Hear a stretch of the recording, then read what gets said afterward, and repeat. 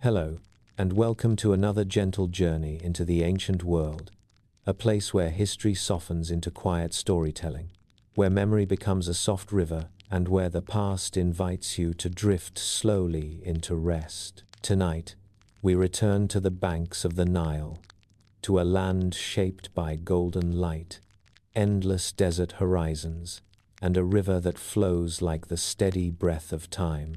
A land where mythology was not simply believed, but lived, sung, carved, and woven into every sunrise and every step upon the warm earth. As you settle into a comfortable position, allow your breath to slow and let the ancient world rise softly around you. Imagine the cool night air settling over the Nile, the water reflecting faint stars like scattered fragments of forgotten stories. Imagine distant palm leaves brushing one another as the wind drifts through them, whispering old names: Ra, Osiris, Isis, Horus, names that once carried the weight of the universe. Let this be your invitation into a world that understood time differently, that saw each day as a cycle of rebirth and each night as a passage through mystery. A world where myth and reality were not separate, but intertwined like the reeds along the river's edge.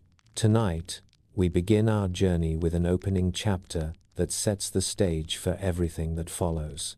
The landscape of ancient Egypt, and the reasons why mythology blossomed here with such depth, beauty, and endurance.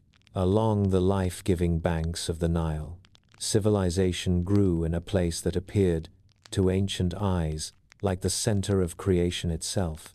The Nile did not merely bring water, it brought meaning. Its slow, predictable rhythm shaped every belief, every ritual, and every story that the Egyptians carried through more than 3,000 years of history. To live beside this river was to live inside a cosmic cycle, one that rose and fell with certainty, one that reassured, nourished, and defined the very nature of existence. The desert around it stretched endlessly in all directions, quiet and timeless, holding heat in the day and releasing it into the cold hush of the night. This desert was both a boundary and a protector, a reminder that life was fragile and that order existed only in a narrow band of green along the river. And so, to the Egyptians, the world itself felt like a balance between life and death, light and darkness, order and chaos.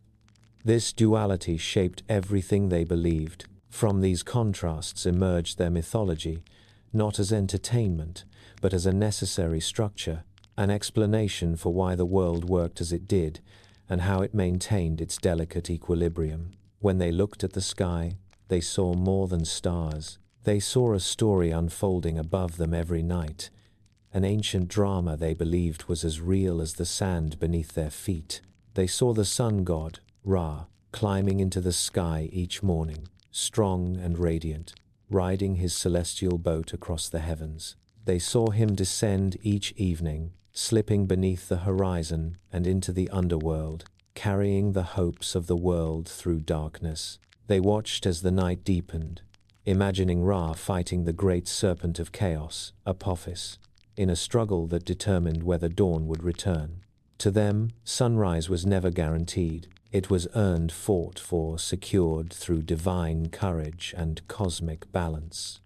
This belief brought comfort, because it mirrored the cycles of their own lives. They, too, struggled through dark times.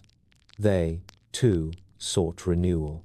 And each sunrise reminded them that rebirth was always possible. The natural world around them felt enchanted, filled with meaning. Animals were not just animals. They were glimpses into the hidden forces of the cosmos. The falcon soaring high became Horus, ever watchful and fierce. The jackal wandering the desert outskirts became Anubis, guardian of the lonely and the dead. The cow became Hathor, nurturing and comforting, while the lioness became Sekhmet, fierce and protective. Every creature around them reflected a divine principle, a cosmic truth, a thread in the fabric of existence. This integration of nature and spirit made Egypt a living temple, a place where every sound, every shadow, Every breeze carried symbolic weight. It also meant that their gods were never distant or unreachable. They walked among the people in the form of wind, light, animals, and natural forces. Mythology was simply the language that described these presences. The land itself reinforced the feeling that creation was an ongoing process. Every year, the Nile flooded, stretching far beyond its usual boundaries. When the waters receded, they left behind dark, fertile soil so rich that anything planted in it sprang to life. The Egyptians saw this as a resurrection written into the landscape. From destruction came renewal, from overflow came abundance, from death came life, and just as the Nile rose and fell, so too did the stories of their gods follow cycles of creation, loss, and rebirth. Osiris, the god of the dead, was closely tied to this rhythm. His myth spoke of betrayal, death, and resurrection, mirroring the river and the fields, the seasons and the stars. His story was not just fiction. It was a reflection of what Egyptians witnessed each year.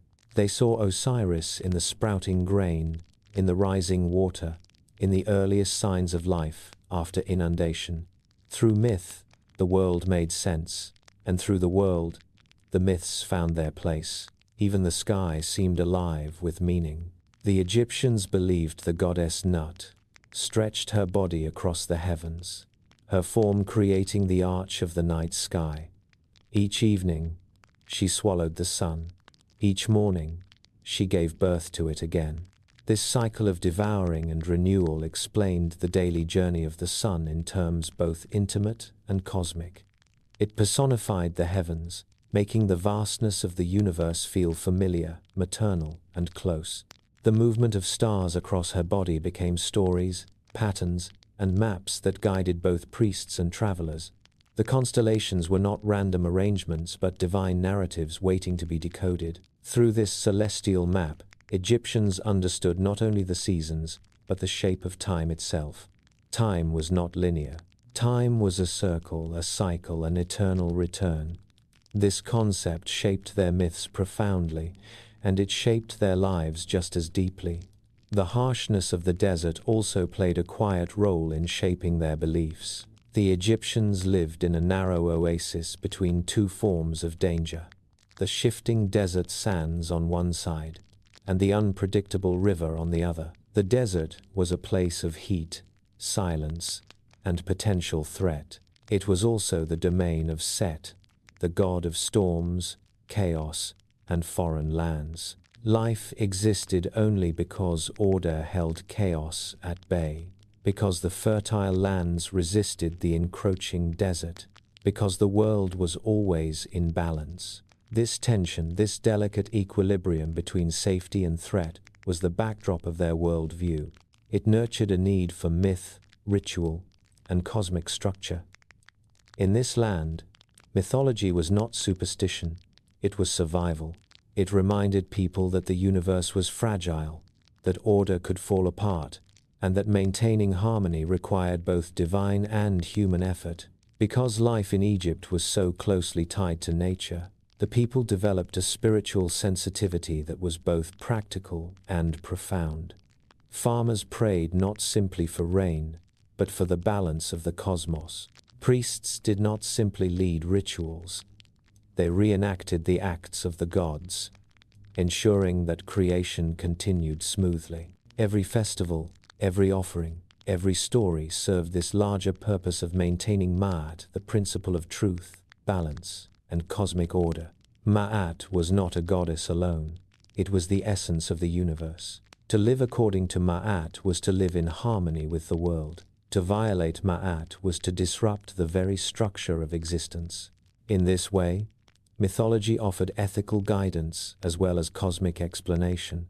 It taught people how to live, how to treat one another, and how to understand their place in the vast tapestry of life.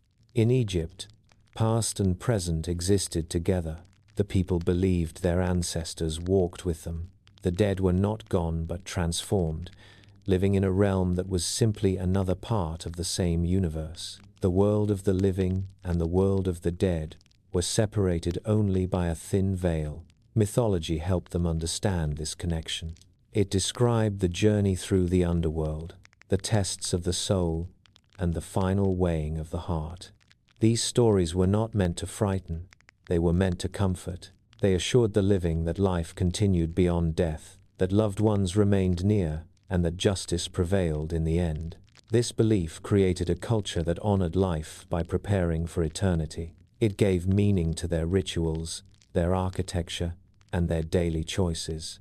It also gave them peace, a quiet assurance that the cosmos was orderly and just. The Nile, the desert, the stars, the animals, the seasons, all these shaped the Egyptian imagination, guiding them toward a mythological system that was uniquely rich, symbolic, and enduring. Mythology was woven into their art, their writing, their temples, and their stories.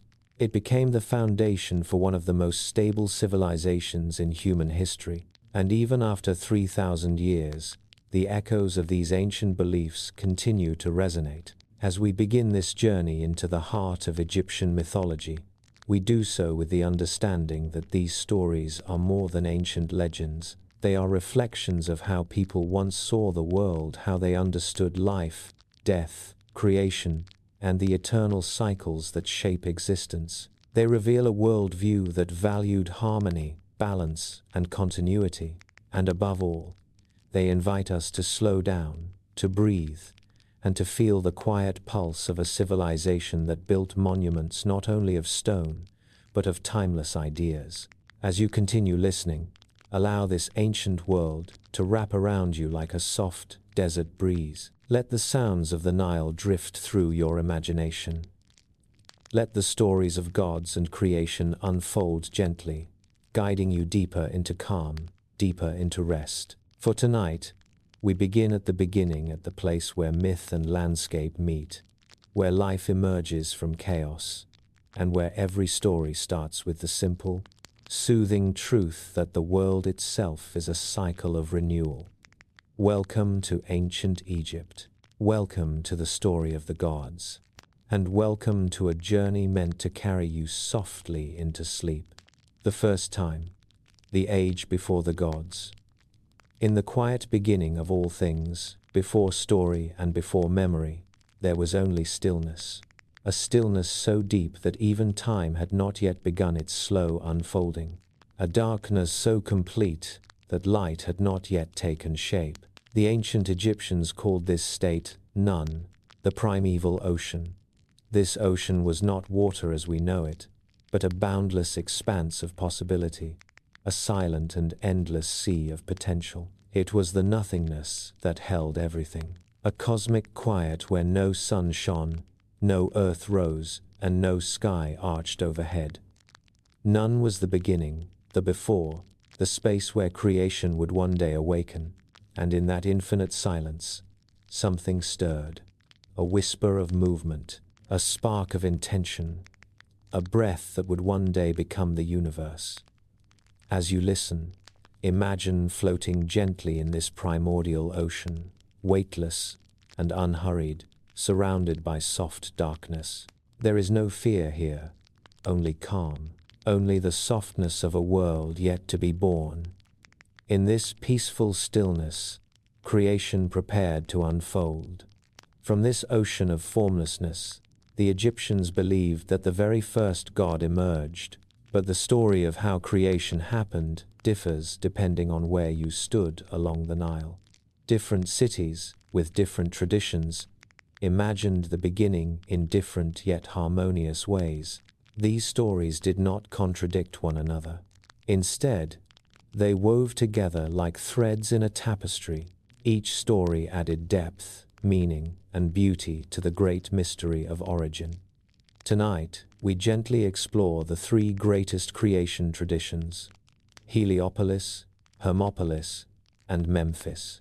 Each one offers a soft window into the Egyptian imagination. Each one reveals how the ancient world understood existence, order, and life. Let us drift into the first, the Heliopolitan creation, the self-born one. In the sacred city of Heliopolis, the priests taught that the first being to rise from none was Atum. Atum did not have a creator. He existed because the universe desired to awaken. He came into being through an act of pure will, rising from the primeval waters like a single flame flickering into existence.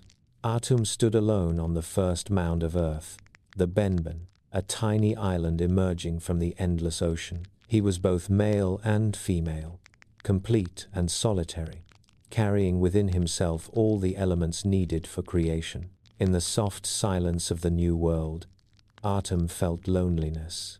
To ease it, he created other beings. Some stories say he called them from within himself through breath. Others say he shaped them through gesture and intention. But the details matter less than the feeling. The world began through intimacy, through closeness, through a solitary being wishing not to be alone. Atum brought forth Shu, the god of air, a gentle space between all things. He then brought forth Tefnut, the goddess of moisture, whose presence softened the world with life-giving humidity. Together, Shu and Tefnut drifted into the new world, exploring the edges of existence, but in their wandering, they became lost in the darkness that still lingered at the borders of creation. Atum mourned their absence.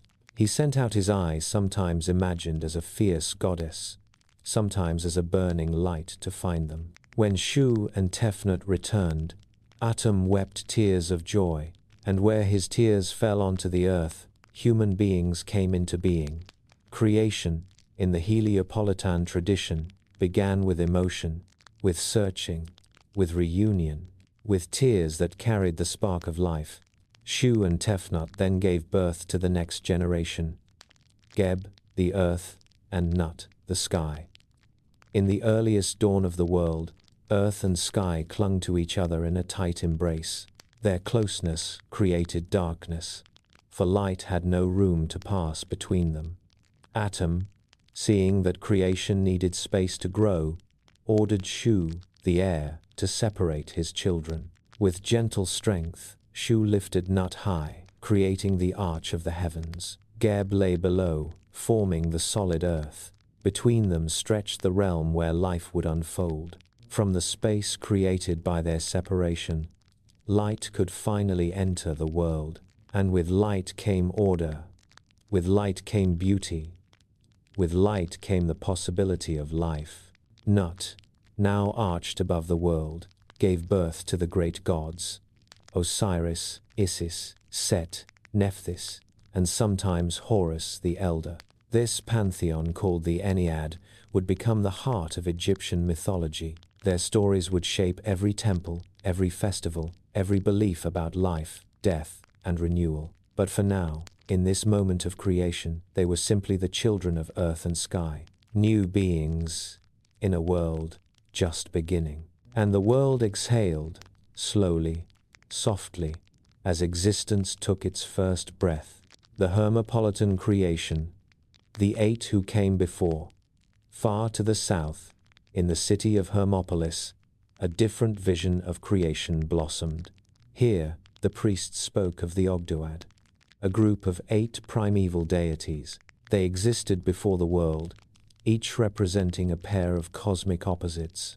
4 males, 4 females, each pair embodying an essential aspect of the unformed universe. There was Nun and Nornet, the limitless waters, Her and Hawet, representing the endlessness of space and infinity, Kek and Kauket, the darkness before light, and Amun and Amunade, the hidden and the unseen, the mystery of what lies beyond perception. These beings were not gods in the way we usually imagine. They were forces, principles, the energies of potential existence. Together, they swirled within the primordial ocean, shaping the tension between order and chaos, darkness and light, stillness and motion. From their combined power, a miracle occurred. A cosmic egg formed upon the first mound of land that rose from the waters. Within this egg, the very essence of creation pulsed with warmth and promise. When the egg cracked open, the first sunrise burst into being. The sun god, sometimes called Ra, sometimes Khepri, sometimes Thoth, emerged in a blaze of golden light. This moment was considered the true birth of time. Light pierced the darkness, day separated from night. Existence unfolded with new clarity, and from this dawn, the world blossomed. Land took shape, air expanded, water flowed, life stirred. The Ogdoad retreated, their purpose fulfilled, leaving the newborn sun to guide the world into order and balance. This version of creation feels serene, almost meditative, a quiet, slow unfurling of light from darkness, a gentle awakening from deep cosmic sleep. The Memphite creation, the world spoken into being. In the city of Memphis, creation was imagined very differently, yet equally beautifully. Here, the world did not emerge through physical acts or cosmic eggs. It was shaped through thought and speech. The priests of Memphis taught that the great creator god Ptah formed the universe using only the power of his mind and his voice. They believed Ptah conceived the world in his heart, the ancient Egyptian seat of intelligence and intention, and then he spoke it aloud, calling everything into existence. To them, creation was not a physical act but an intellectual one, a deliberate, thoughtful crafting of the cosmos through names, words, and commands. The gods, the lands, the temples, the people, all were spoken into being by Ptah's divine utterance. Through language, he shaped mountains and rivers. Through language, he brought order to chaos. Through language, he awakened every divine being to their purpose. This story highlights the Egyptian belief in the power of words. Words were not merely symbols, they were forces, capable of shaping reality, guiding destiny, and giving life. The Memphite theology would later influence Greek and Christian philosophy, especially the concept of the word as a creative force. But long before these ideas spread elsewhere, the Egyptians already understood the magic of speech. To speak was to create, to name was to make real, to give voice was to give life. Ptah's creation is quiet, elegant, and deeply intellectual. It is the universe as poetry, the world as a spoken dream. Three traditions, one beginning. Though these three traditions differ in detail, they share a common essence. The universe emerges from darkness, from stillness, from potential. Creation happens through intention, whether through Atum's longing, the Ogdoad's cosmic harmony, or Ptah's thoughtful speech. Light rises, sky separates from earth, order forms, time begins, and from this order, life unfolds. This multi-layered understanding reflects the Egyptians' comfort with complexity. To them, truth was not singular. It was a harmony of perspectives, a chorus of voices describing the same mysterious beginning from different angles. Just as the Nile had many branches but one source, Egypt had many creation stories but one cosmic truth. The world came from nothingness, through divine action, into a state of order that required care and balance. This balance, this ma'at, was the foundation of everything that followed. In every myth, in every ritual, in every hope for the afterlife, the Egyptians believed that the universe was fragile, beautiful, and worth preserving. And so their stories reflected this reverence. They were gentle, they were cosmic, they were filled with awe. And tonight, as you listen and allow your mind to drift, these stories become more than mythology. They become an atmosphere soft, ancient, and steady, wrapping around you like a warm night on the riverbank. Creation was not a single moment. It was a process, a slow unfolding, a cycle that mirrored the rising of the sun, the flooding of the Nile, and the rhythms of life itself. By telling these stories again and again, the Egyptians renewed their connection to the first dawn. They kept the universe alive through memory, through respect, through storytelling, just as we do now. As you breathe gently and feel your body relax, Imagine the world forming quietly around you. Imagine a sky lifting into place. Imagine the first light spreading across the horizon. Imagine the soft sound of water shifting as land emerges. Imagine the warmth of creation filling the world. In this moment, you are drifting with the rhythm of the beginning, safe, calm, surrounded by the quiet beauty of a universe being born. Let the story carry you deeper into the night. Let the ancient world unfold softly in your imagination. Let creation wash over you, slow and serene. For in the Egyptian understanding, the beginning is always near, always present, always unfolding. And so we continue our journey, carried gently by the first light of the cosmos. As the first light of creation settled over the newborn world, the quiet stillness of none gave way to form, identity, and purpose. Where there had once been only potential, now stood the foundations of a universe filled with beings of extraordinary presence. These were the gods of Egypt, ancient, radiant, and woven into every part of existence. They were not distant or unreachable. They were companions of life, guardians of order, and reflections of the natural world that surrounded the people along the Nile. From the moment creation unfolded, each god stepped forward with a role to play, shaping the rhythm of day and night, the turning of seasons, and the destiny of human souls. And so, moving gently from the stories of the first time, we enter the grand assembly of the Egyptian pantheon. Let this transition be smooth, like drifting from dawn into full morning, where light softens the edges of every form and the world becomes clear. Allow yourself to settle deeper as we meet these divine figures one by one, beginning with the brightest among them. At the heart of Egyptian belief stood Ra, the great sun god, whose presence illuminated the entire cosmos. Ra was the light that broke through the horizon each morning, the warmth that stirred life awake, and the power that traveled across the sky with steady determination. To the Egyptians, Ra was more than a celestial body. He was the beating heart of the universe. Each sunrise was his victory. Each sunset was his descent into mystery. Every night, when the sky darkened, Ra embarked on a perilous journey beneath the earth, sailing through the underworld in his sacred boat. There, he faced the serpent Apophis, the embodiment of chaos, who sought to swallow the sun and plunge creation back into nothingness. But Ra, aided by loyal gods such as Set, triumphed night after night, and with every dawn, his return signaled the renewal of order, harmony, and hope. The Egyptians knew that life depended on his resilience, and so they honored him with reverence, knowing that his journey mirrored the struggles and rebirths of their own lives. Ra took many forms: Khepri, the rising sun; Ra Horakti, the blazing midday sun; Atum, the setting sun moving gently toward night. Each form held meaning. Each reflected a different chapter in the daily cycle of existence.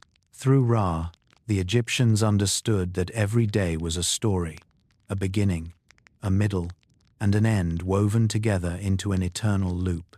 This loop was the heartbeat of the cosmos.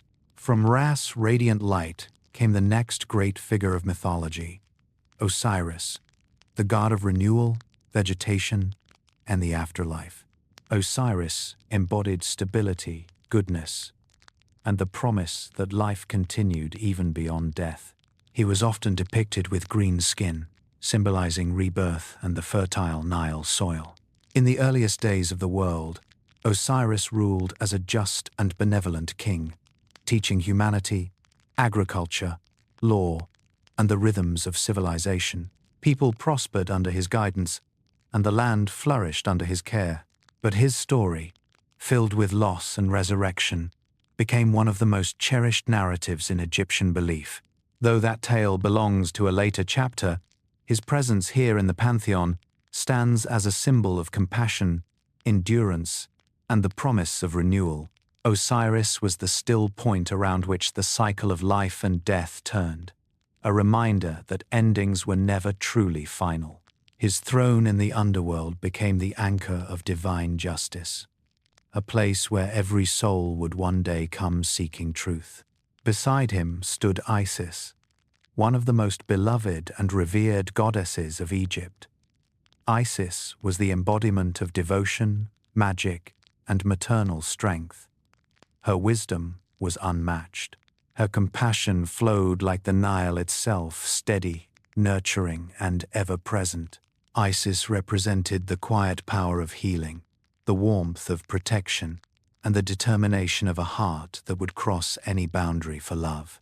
She was both queen and magician, capable of weaving spells, restoring life, and guiding the lost with gentle certainty. For the Egyptians, Isis was a refuge in times of sorrow and a guardian in times of danger. She watched over mothers, children, travelers, and the departed. Her influence stretched far beyond Egypt, eventually spreading across the Mediterranean world, where countless people found comfort in her image and her story.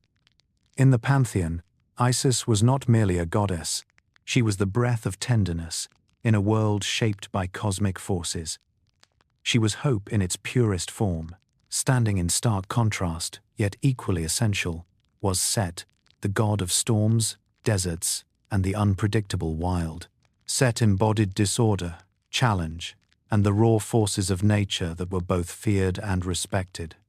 He was not evil, though later periods sometimes painted him in that light.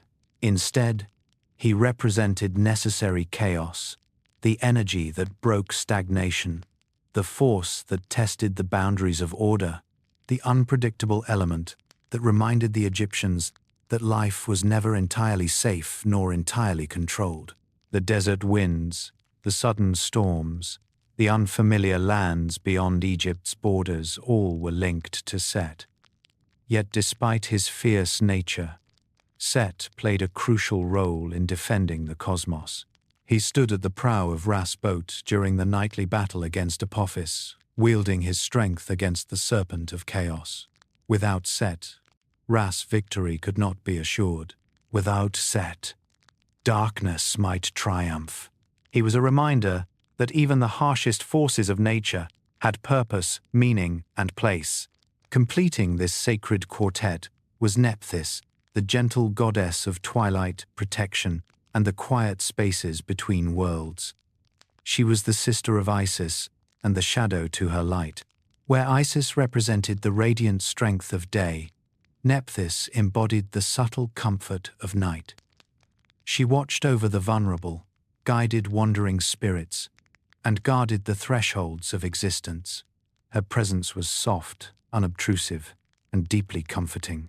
She was invoked during rituals of mourning and rebirth, for she understood the sorrow of loss and the peace that followed acceptance. Nephthys was the whisper of stillness before dawn, the hush of the desert at night, the gentle promise that even in darkness there is quiet care. From this divine family came Horus, the falcon-headed god of kingship and the sky. Horus represented clarity, vision, and rightful leadership. His eyes were the sun and the moon, watching over the land with vigilance and strength. He soared above the world, guiding the pharaoh and ensuring that order was upheld across the kingdom. To the Egyptians, every living pharaoh was the living Horus, the earthly embodiment of divine authority. Horus was courage without cruelty, power with purpose, and justice expressed through action. He symbolized protection, triumph, and the enduring legacy of his father Osiris. Whenever the people looked up and saw a falcon gliding effortlessly through the sky, they felt the presence of Horus steady, unwavering, and eternal. Beside these central figures stood Anubis, the jackal-headed guardian of mummification and the journey into the afterlife. Anubis guided souls with calm precision, ensuring that the rituals of preservation were performed correctly. He protected the body, watched over the tomb, and accompanied the deceased into the hall of judgment. His black skin symbolized the rich, fertile soil of the Nile, reminding the Egyptians that death was not decay, but transformation. Anubis weighed the heart of each soul against the feather of Ma'at, maintaining fairness and balance. He was neither stern nor frightening. He was a guide, steady, patient, and deeply respectful of the great journey every soul must take. Across from Anubis stood Thoth, the ibis-headed god of wisdom, writing, and sacred knowledge. Thoth was the keeper of time, the recorder of cosmic events, and the inventor of hieroglyphs. He calculated the movement of stars, the progression of seasons, and the cycles that shaped the natural world. As the divine scribe, he wrote the verdicts of judgment, preserving truth with perfect clarity. Thoth was calm, thoughtful, and eternally balanced. He taught humanity the arts of writing, magic, and science. Through him, Egypt understood mathematics, astronomy, ritual, and the subtle mechanics of the cosmos. In every temple and every text, Thoth's wisdom guided the priests in their sacred duties. Another figure, both radiant and complex, was Hathor, the goddess of love, music, beauty, and joy. She was the warm presence that brought comfort to the living and blessings to the dead. Hathor greeted souls as they entered the afterlife, offering nourishment and peace. She danced with musicians, brought harmony to festivals, and filled the world with sweetness and vitality. Yet, like all Egyptian deities, she had depth beyond gentleness. In moments of cosmic threat, she transformed into Sekhmet, the lioness of war, fierce, terrible, and unstoppable. Where Hathor soothed, Sekhmet protected. Where Hathor brought joy, Sekhmet brought necessary justice. Together, they reflected the dual nature of life, pleasure and danger, comfort and vigilance. Among the pantheon also stood Bastet, the cat-headed goddess of protection and home. Where Sekhmet embodied the fierce lioness, Bastet represented domestic grace, warmth, and guardianship. She watched over households, mothers, and children, offering protection from illness and misfortune. Cats, beloved in Egypt, carried her blessing. Their presence in homes symbolized safety, prosperity, and gentle vigilance. There was also Sobek, the crocodile god associated with strength and the life-giving waters of the Nile. He embodied the river's dual nature, nourishing yet dangerous. Sobek protected against the perils of nature while granting fertility to the land. Khnum, the ram-headed creator of bodies, shaped each human on his divine potter's wheel. He formed the physical vessel while other gods breathed life into it. Through him, humanity gained form, function, and presence. Ptah, whom we met in the Memphite creation, remained a central figure. He was the master craftsman, the architect of reality, and the patron of artisans who brought beauty into the world. From nurturing goddesses to fierce protectors, from cosmic rulers to humble guardians of the home, the Egyptian pantheon formed a vibrant tapestry of divine presence. Each god contributed something essential, each balanced another. Together, they embodied the delicate harmony that the Egyptians believed the universe required. As you listen, imagine yourself standing in a great hall, surrounded by figures of immense calm and radiant purpose. Their forms shimmer like golden statues bathed in candlelight. Their voices are like wind across the desert, soft and ancient. They do not threaten, they do not judge. They simply are eternal guardians of a world built on balance and renewal. And through their stories, the Egyptians understood themselves. They saw reflections of courage in Horus, devotion in Isis, resilience in Osiris, mystery in Ra, wisdom in Thoth, and protection in Anubis. These gods were mirrors of the human experience, elevated to cosmic scale. By honoring them, the Egyptians honored the patterns of nature, the cycles of life, and the delicate rhythm of the world. As this chapter draws to a close, allow the presence of these deities to drift through your mind like quiet stars gliding across the night sky. Feel the calm of their stories, the steadiness of their roles, the comfort of their eternal watch. For in the pantheon of Egypt, nothing stands alone. Every force is balanced by another.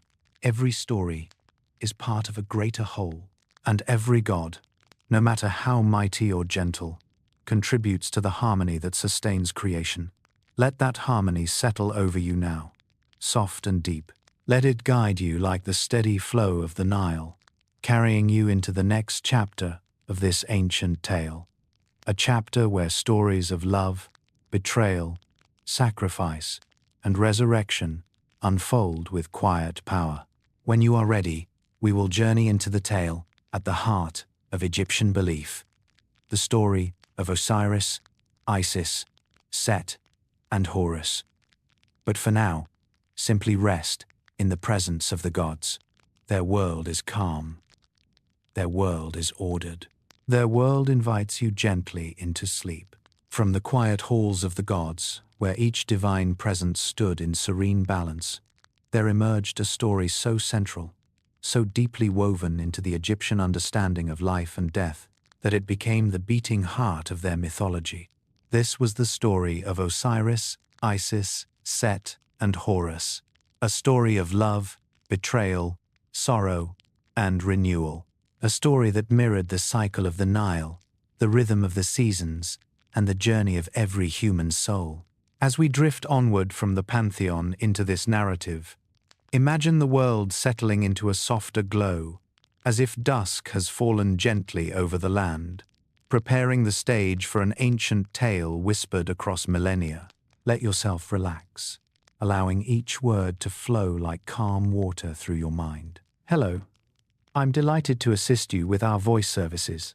Choose a voice that resonates with you, and let's begin our creative audio journey together.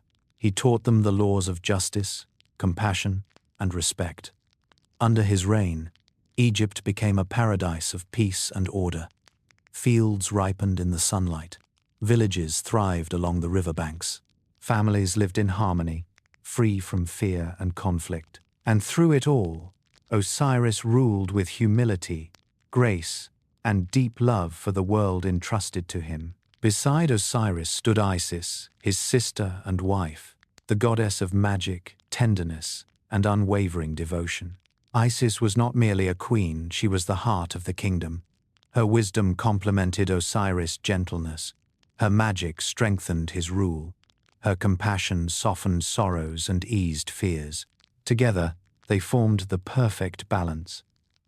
Osiris guiding the world with justice, Isis nurturing it with care. Where Osiris brought structure, Isis brought warmth. Where he brought laws, she brought healing.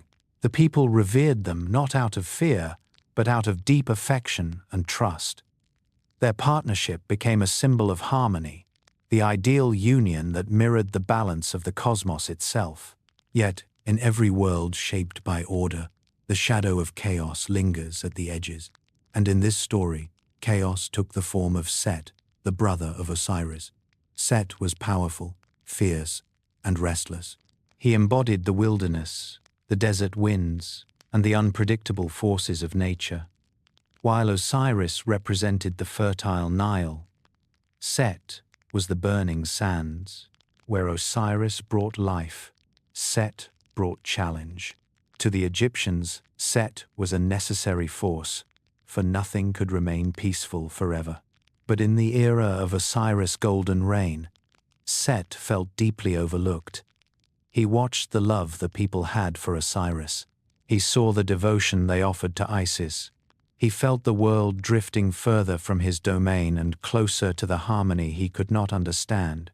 And slowly, resentment seeded itself in his heart. For a long time, Set hid his feelings beneath a mask of indifference. But jealousy is a quiet flame that grows hotter with each passing moment. Set began to imagine a world ruled by his strength rather than Osiris' kindness. He believed the throne should belong to him, he who represented the harsh truths of existence, the challenges that shaped the soul. And so, in the midst of the world's peace, a dark intention began to form. Set crafted a plan as intricate as it was cruel. a plan disguised beneath celebration and festivity. Set prepared a lavish feast and invited Osiris along with 72 conspirators who secretly aligned with him. The hall was filled with music, golden lamps, and sweet-smelling incense. Osiris, trusting and affectionate, arrived in good spirits, unaware of the malice moving silently around him. At the center of the feast, Set unveiled a beautifully crafted chest, magnificent, polished, and shaped with the finest artistry. Its dimensions matched one man perfectly, though only Set knew whose.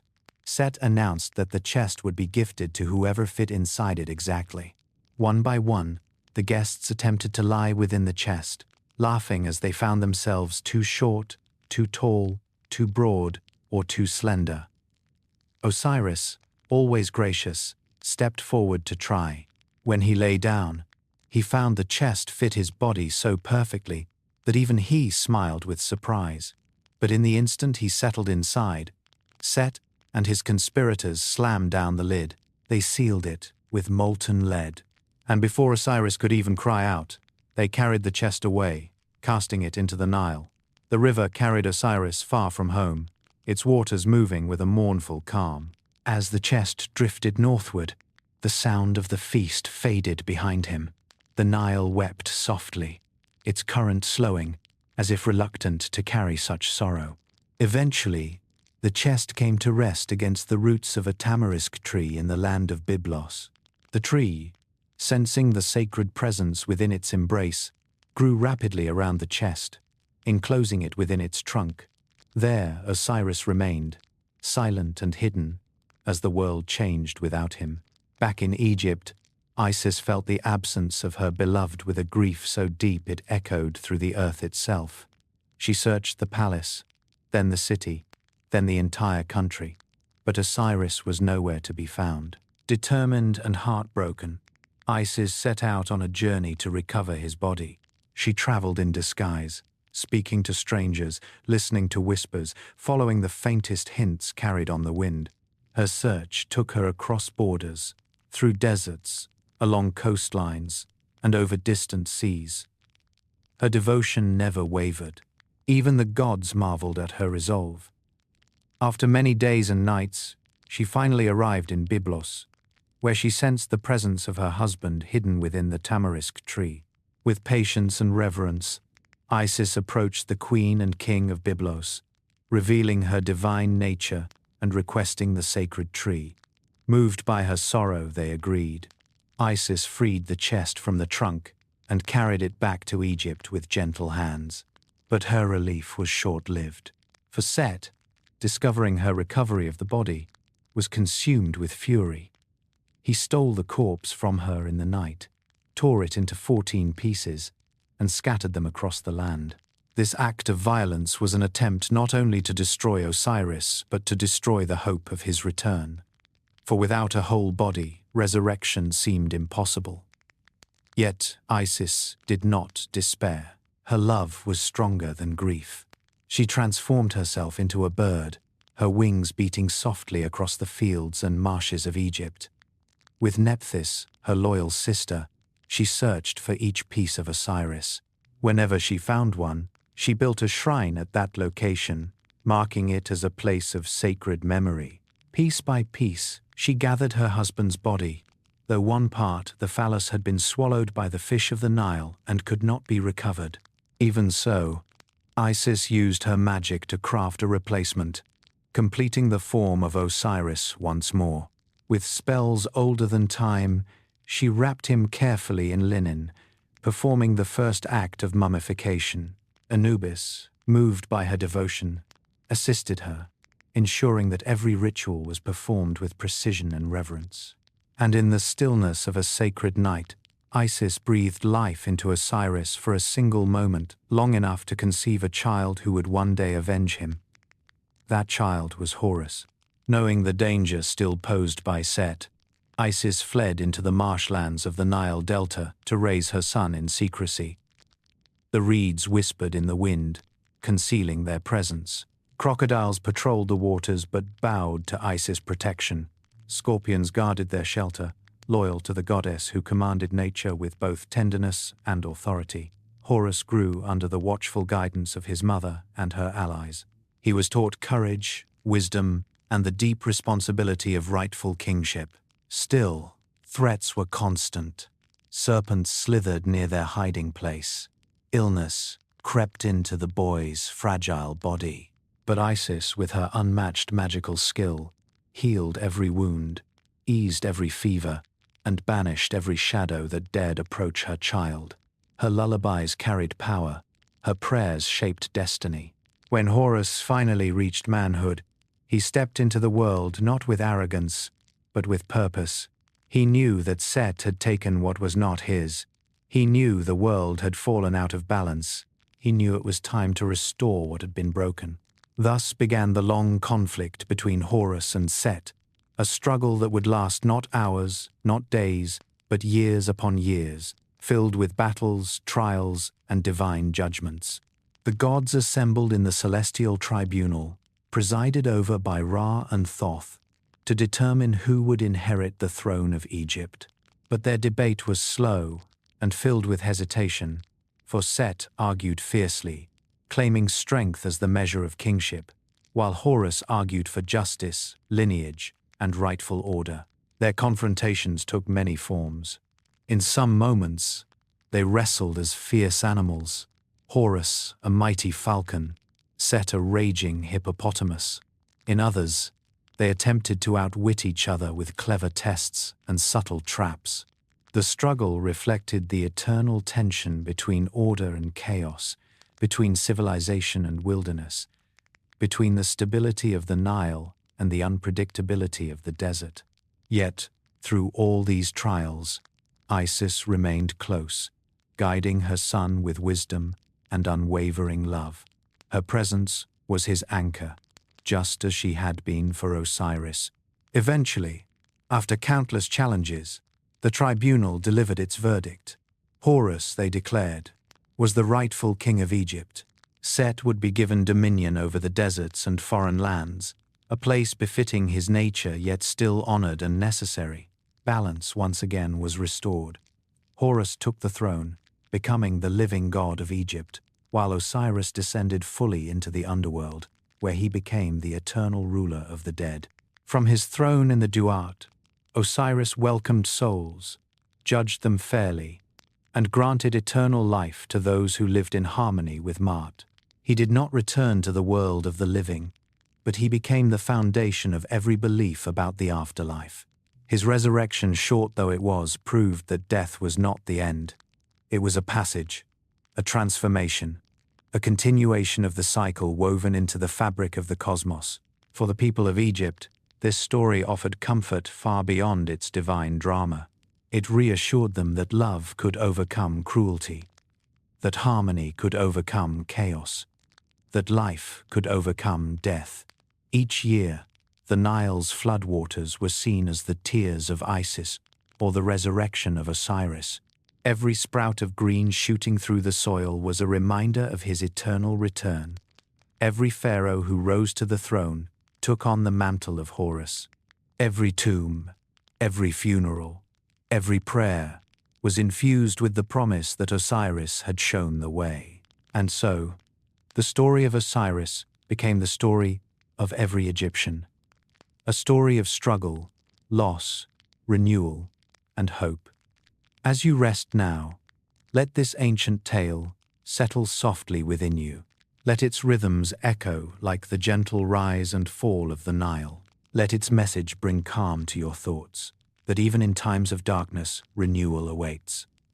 That even when the world feels fragmented, patience and devotion can restore its shape. That every ending carries the seed of a beginning.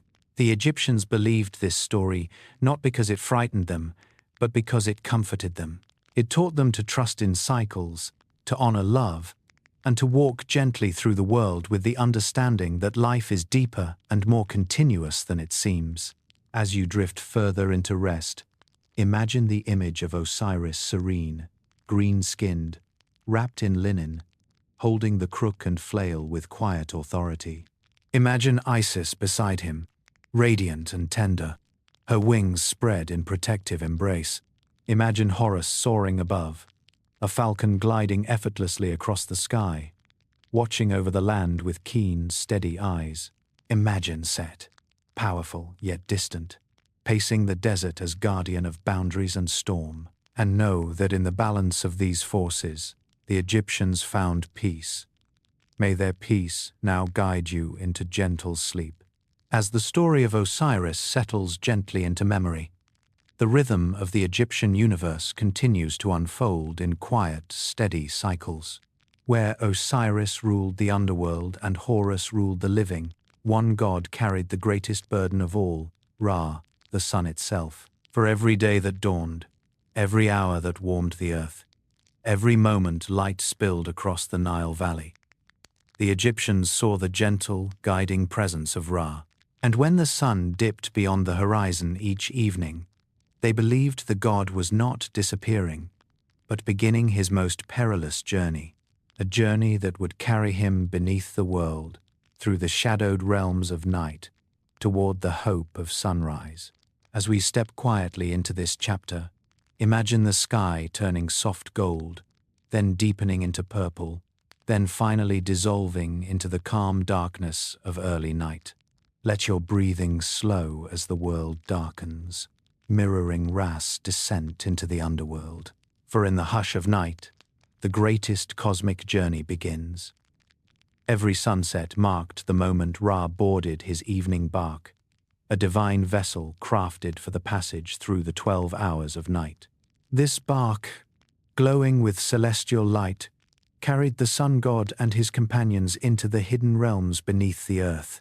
The Egyptians imagined the underworld called the Duat not as a place of terror, but as a vast and intricate landscape filled with rivers, gates, spirits, guardians, and mysteries. Here, in the deep silence of night, Ra traveled through 12 grand regions, each corresponding to 1 hour. With each hour, the world around him shifted. Some regions were calm and illuminated with soft starlight. Others churned with shadows and danger. But Ra undertook this journey not for himself, but for the preservation of creation. For if he did not travel through the Duat, the sun would not rise, life would not flourish, and order would crumble. Thus, the nightly voyage was not merely a passage. It was an act of cosmic maintenance, a ritual of renewal repeated every evening. As Ra entered the first hour of night, the gates of the underworld opened before him. Massive golden doors creaked apart, glowing faintly in the darkness. They were guarded by beings older than memory, beings who recognized Ra's authority and allowed him safe passage. Behind him, the last rays of the setting sun faded from the world above. The earthly realm fell quiet. People returned to their homes, torches flickered in the wind, and the Duat welcomed its radiant traveler into its depths. In the second hour, Ra sailed across calm waters illuminated by the soft glow of his own light. The souls of the blessed, their forms shimmering like pale flames, gathered along the banks to greet him with reverence. These were souls who had lived with honor and whose hearts had balanced true against the feather of Ma'at. Their presence strengthened Ra, for they offered prayers of harmony that nourished his journey. The bark glided slowly, almost effortlessly, carried by the spiritual currents of the Duat. The third and fourth hours carried Ra deeper into shadowed realms where the air thickened with mystery. Serpents coiled across the pathways, guardians watched from behind carved stone pillars, and ancient spirits stepped forward to receive the warmth of the sun god.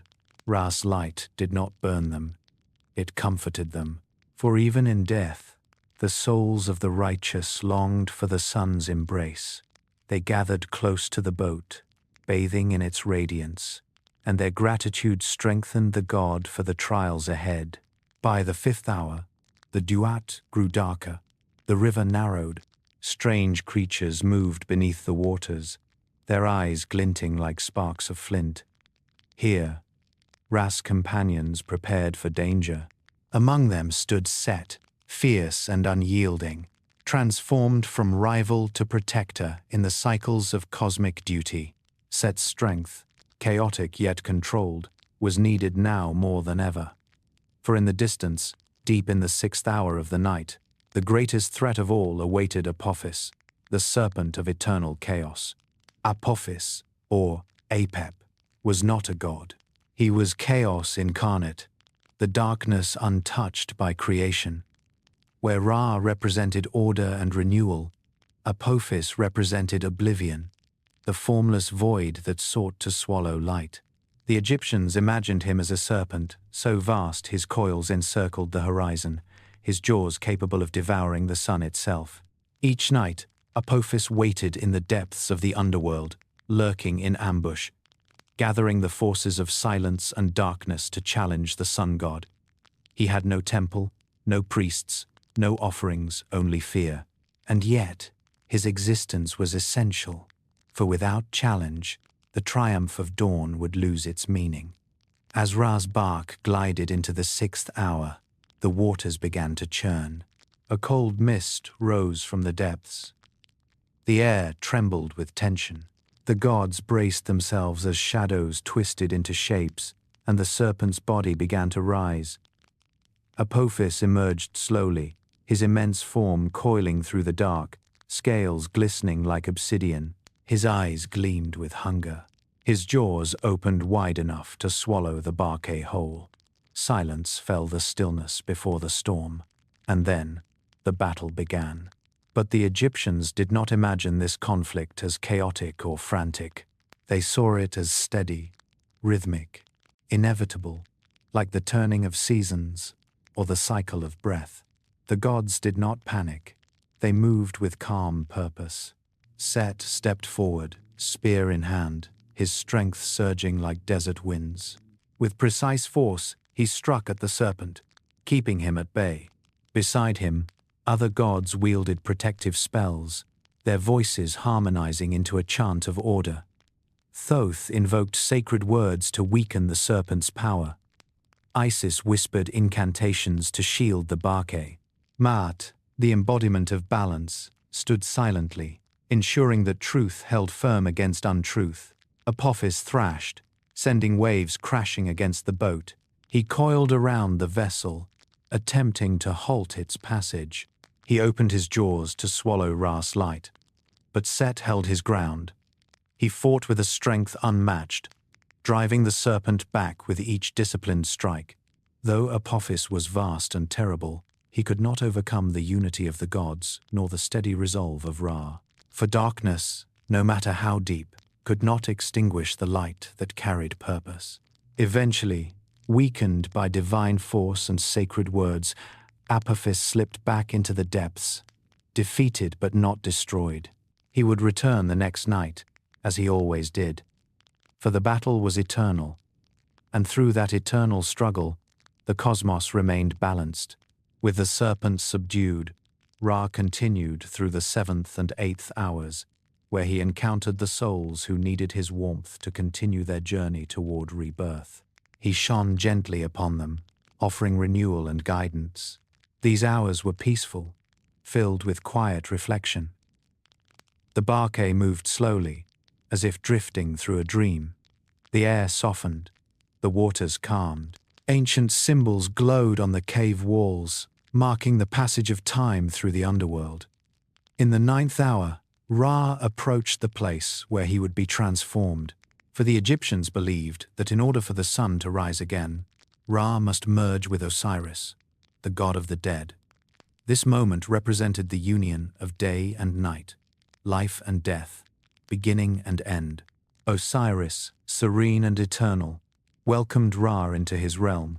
Together, the two gods shared their power. Ra, gaining renewal for the day ahead, Osiris receiving the light that nourished the dead. This union was sacred, gentle, and deeply symbolic. It taught the Egyptians that life was not separate from death, but intertwined in an endless cycle. Hello, I'm delighted to assist you with our voice services. Choose a voice that resonates with you, and let's begin our creative audio journey together. Hello, I'm delighted to assist you with our voice services. Choose a voice that resonates with you, and let's begin our creative audio journey together. They saw it as proof that the gods protected them, that the world continued to function in harmony, and that no matter how deep the night, light would always return. This belief brought profound peace. It allowed them to embrace the cycles of life with acceptance, trust, and gratitude. As you listen now, imagine watching the sun rise slowly over the desert horizon. Feel the first warmth of morning brushing against your skin. Imagine the world waking gently, its colors soft and golden. Know that this moment, this quiet dawn, was the Egyptians' greatest symbol of hope. Let it be yours as well. Let the steady rhythm of Ra's journey remind you that every darkness is temporary, that every night carries within it the seed of morning, and that renewal is not a distant promise, it is a daily gift. As this chapter closes, rest in the calm of the returning light. Allow the warmth of sunrise to settle through your thoughts, and drift gently towards sleep, knowing that the universe has been renewed. Just as Ra rises again, so too can you find renewal with each breath, each moment, each quiet dawn within your heart. As the story of Osiris settles gently into memory, the rhythm of the Egyptian universe continues to unfold in quiet, steady cycles. Where Osiris ruled the underworld and Horus ruled the living, one god carried the greatest burden of all, Ra, the sun itself. For every day that dawned, every hour that warmed the earth, every moment light spilled across the Nile valley, the Egyptians saw the gentle, guiding presence of Ra. And when the sun dipped beyond the horizon each evening, they believed the god was not disappearing, but beginning his most perilous journey, a journey that would carry him beneath the world, through the shadowed realms of night, toward the hope of sunrise.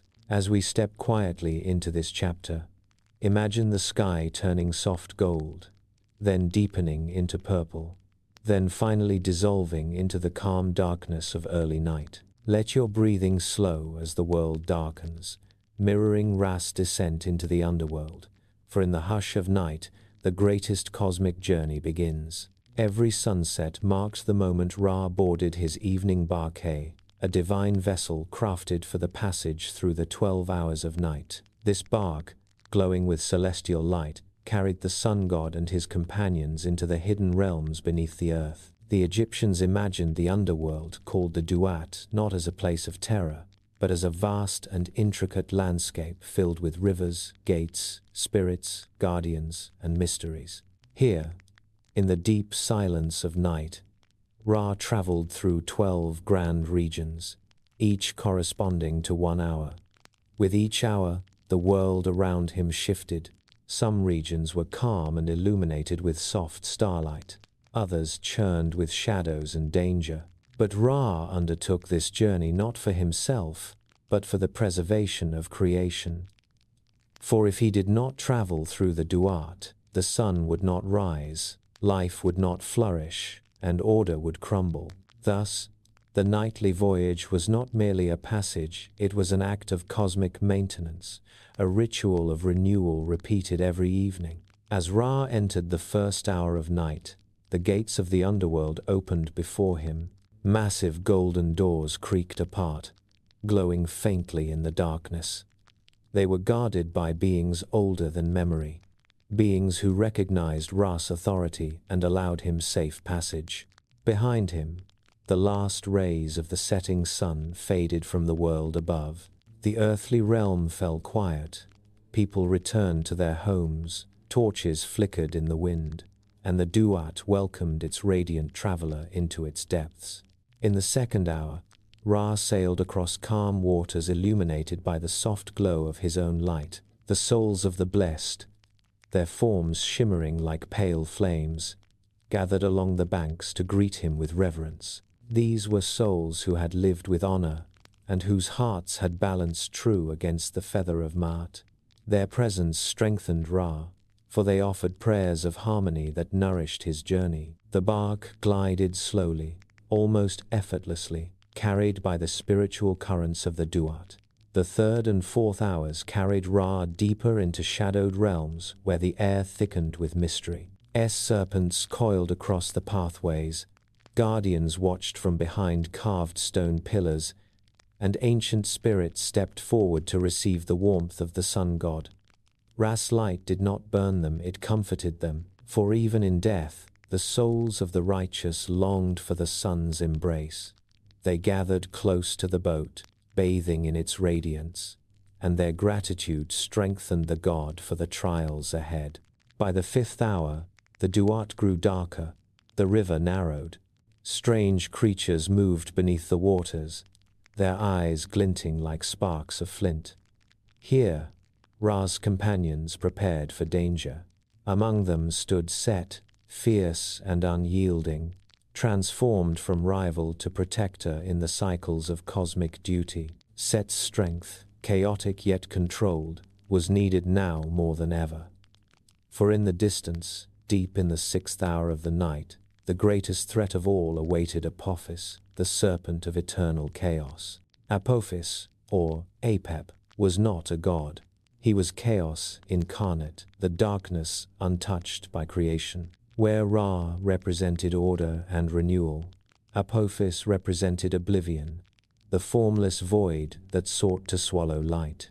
The Egyptians imagined him as a serpent so vast his coils encircled the horizon, his jaws capable of devouring the sun itself. Each night, Apophis waited in the depths of the underworld, lurking in ambush, gathering the forces of silence and darkness to challenge the sun god.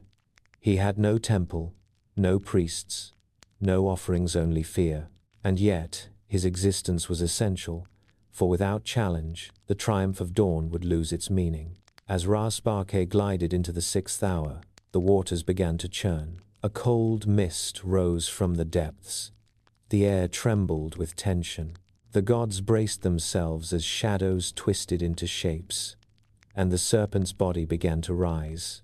Apophis emerged slowly, his immense form coiling through the dark, scales glistening like obsidian. His eyes gleamed with hunger.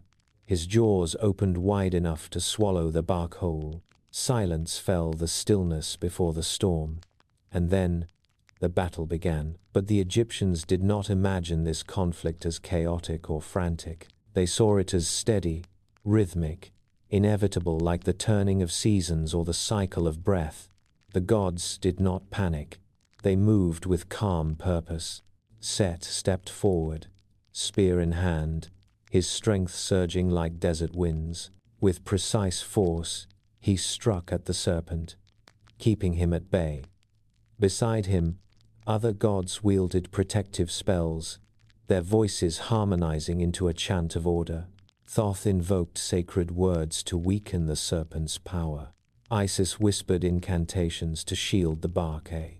Ma'at, the embodiment of balance, stood silently, ensuring that truth held firm against untruth. Apophis thrashed, sending waves crashing against the boat. He coiled around the vessel, attempting to halt its passage. He opened his jaws to swallow Ra's light, but Set held his ground. He fought with a strength unmatched, driving the serpent back with each disciplined strike.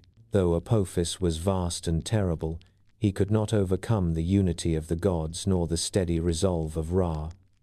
For darkness, no matter how deep, could not extinguish the light that carried purpose. Eventually, weakened by divine force and sacred words, Apophis slipped back into the depths, defeated but not destroyed. He would return the next night, as he always did, for the battle was eternal, and through that eternal struggle, the cosmos remained balanced. With the serpent subdued, Ra continued through the seventh and eighth hours, where he encountered the souls who needed his warmth to continue their journey toward rebirth. He shone gently upon them, offering renewal and guidance. These hours were peaceful, filled with quiet reflection. The bark moved slowly, as if drifting through a dream. The air softened, the waters calmed. Ancient symbols glowed on the cave walls, marking the passage of time through the underworld. In the ninth hour, Ra approached the place, where he would be transformed. For the Egyptians believed that in order for the sun to rise again, Ra must merge with Osiris, the god of the dead. This moment represented the union of day and night, life and death, beginning and end.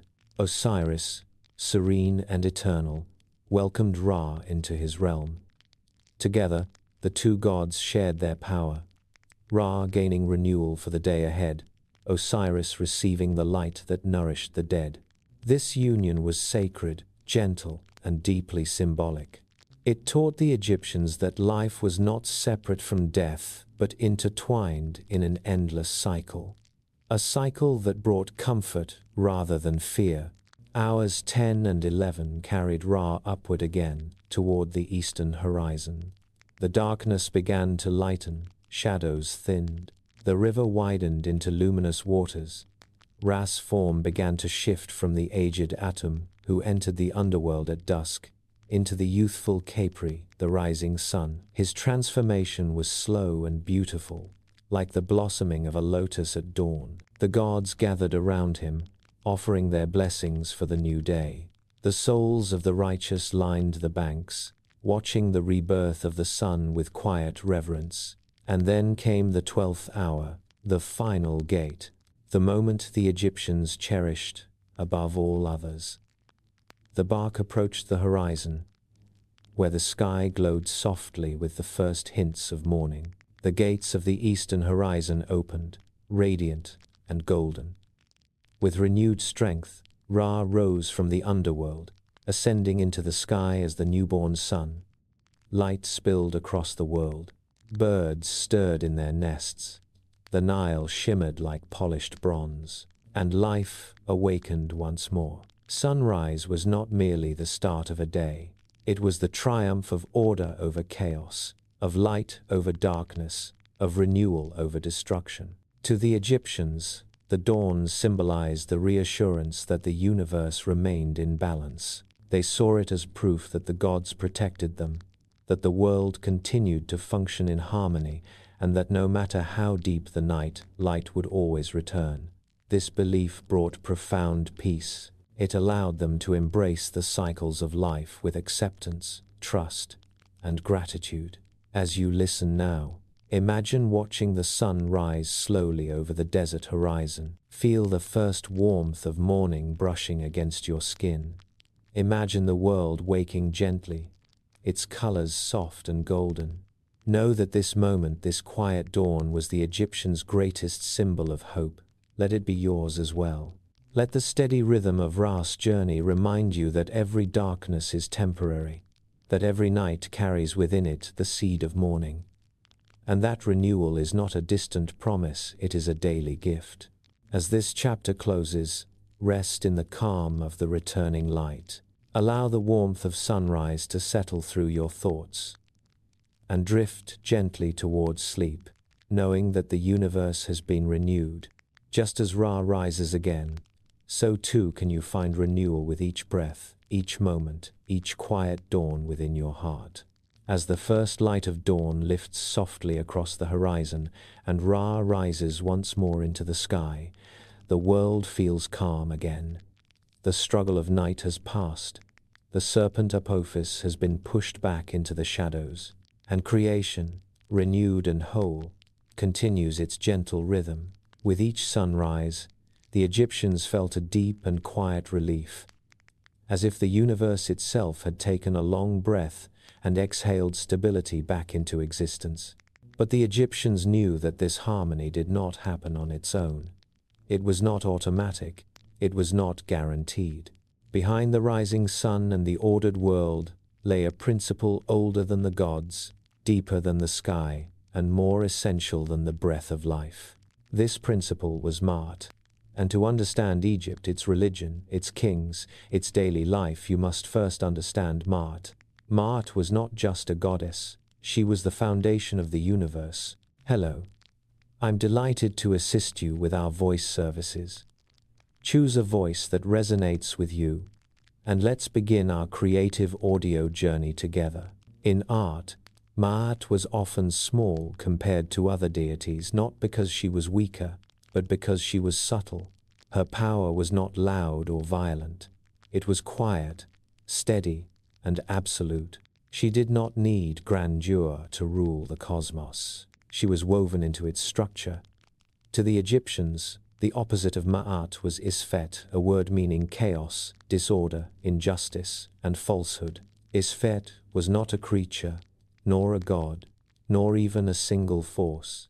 It was the natural tendency of the world to fall apart if left without guidance.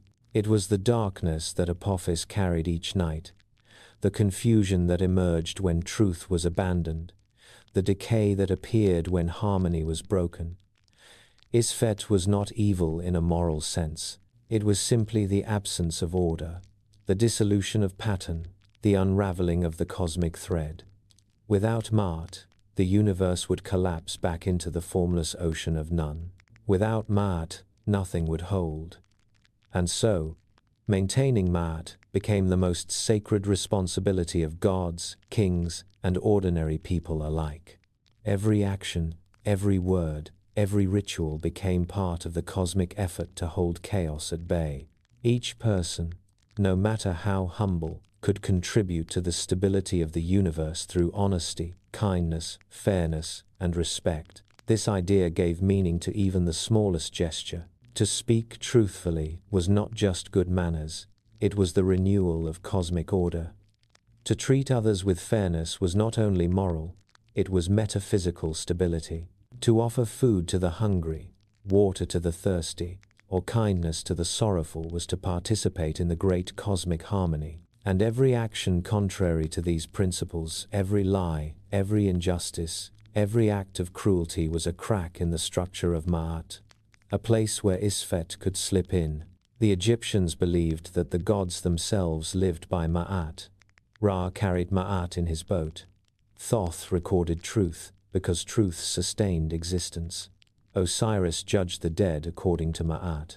Even Set, despite his chaotic nature, played a role in maintaining the balance by defending Ra from Apophis. Every deity, whether gentle or fierce, participated in this cosmic agreement. They upheld Ma'at because the universe depended on it. But of all beings, the one who bore the greatest burden was the pharaoh. More than a king, he was the living embodiment of Horus, the mediator between gods and humans. His role was not merely political, it was cosmic. He was responsible for ensuring that Ma'at prevailed throughout Egypt. This meant building temples where rituals sustained the gods, issuing laws that protected justice, leading ceremonies that renewed the world, and showing by example how a ruler should behave with dignity and truth. When the pharaoh presented Ma'at to the gods in temple scenes offering a tiny statue of the goddess, it symbolized his promise to uphold cosmic order, for if the king failed, Egypt failed. If the king betrayed Ma'at, the world trembled. Thus, the king's highest duty was not conquest or wealth, but harmony. Yet Ma'at was not reserved for kings alone. It lived in the heart of every person. Every Egyptian, from farmer to scribe to artisan, believed their actions contributed to the balance of the world. Their tomb inscriptions often included statements like, "I gave bread to the hungry. I was kind to the widow. I did not cheat in the marketplace. I did not lie." These were not boasts, they were spiritual credentials, proof that they upheld Ma'at in life. For in the afterlife, their hearts would be weighed against her feather. This weighing was the most important moment of existence. After death, the soul stood before Osiris in the Hall of Two Truths. Anubis placed the heart on one side of a scale and the feather of Ma'at on the other. Thoth recorded the result. If the heart was too heavy, burdened with lies, cruelty, selfishness, it tipped the scale, and the soul was devoured by Amit, ending its existence forever. But if the heart balanced perfectly with Ma'at, the soul passed into the field of reeds, a paradise of eternal peace. There, surrounded by sunlight and gentle waters, the soul lived in harmony, free from suffering, nourished by the light of Ra and the presence of Osiris. This judgment was not arbitrary, It was simply the reflection of one's life. To live by Ma'at was to achieve eternal harmony. To reject Ma'at was to dissolve into Isfet. And so, the Egyptians did not fear judgment, they prepared for it daily. They practiced Ma'at as a way of living, a path of peace. Their wisdom literature teachings passed from parent to child offered gentle guidance. Do not lie, for truth is the breath of life. Do not speak harshly, for anger raises storms. Do not steal, for what you take from another weakens your own soul. Act with balance, for excess leads to downfall. These teachings were not commandments imposed by threat. They were invitations to live in harmony with the universe. At its core, Ma'at was about balance. Balance between power and compassion, between speech and silence, between giving and receiving, between life and death. The Egyptians saw balance in everything: the flood and the drought, the day and the night, the desert and the river, the pharaoh and the farmer. Harmony was not perfection. It was equilibrium. A steady rhythm like the beating of Ra's wings as he glided across the sky. Even nature reflected this balance. The Nile flooded each year, but not too much and not too little, just enough to renew the soil. The sun blazed by day, but the night cooled the earth. The desert protected Egypt from invasion, but the river nourished its fields. In this harmony, the Egyptians saw Ma'at written into the landscape. Their temples were aligned with cosmic patterns. Their calendars followed celestial rhythms. Their art favored symmetry, reflecting the balance they cherished. In society, Ma'at shaped relationships. It meant listening before speaking, sharing rather than hoarding, respecting elders and caring for children, honoring ancestors and supporting community. A person who lived with Ma'at brought calm to their household and peace to their village. They were like a lantern in a dark room, steady and illuminating.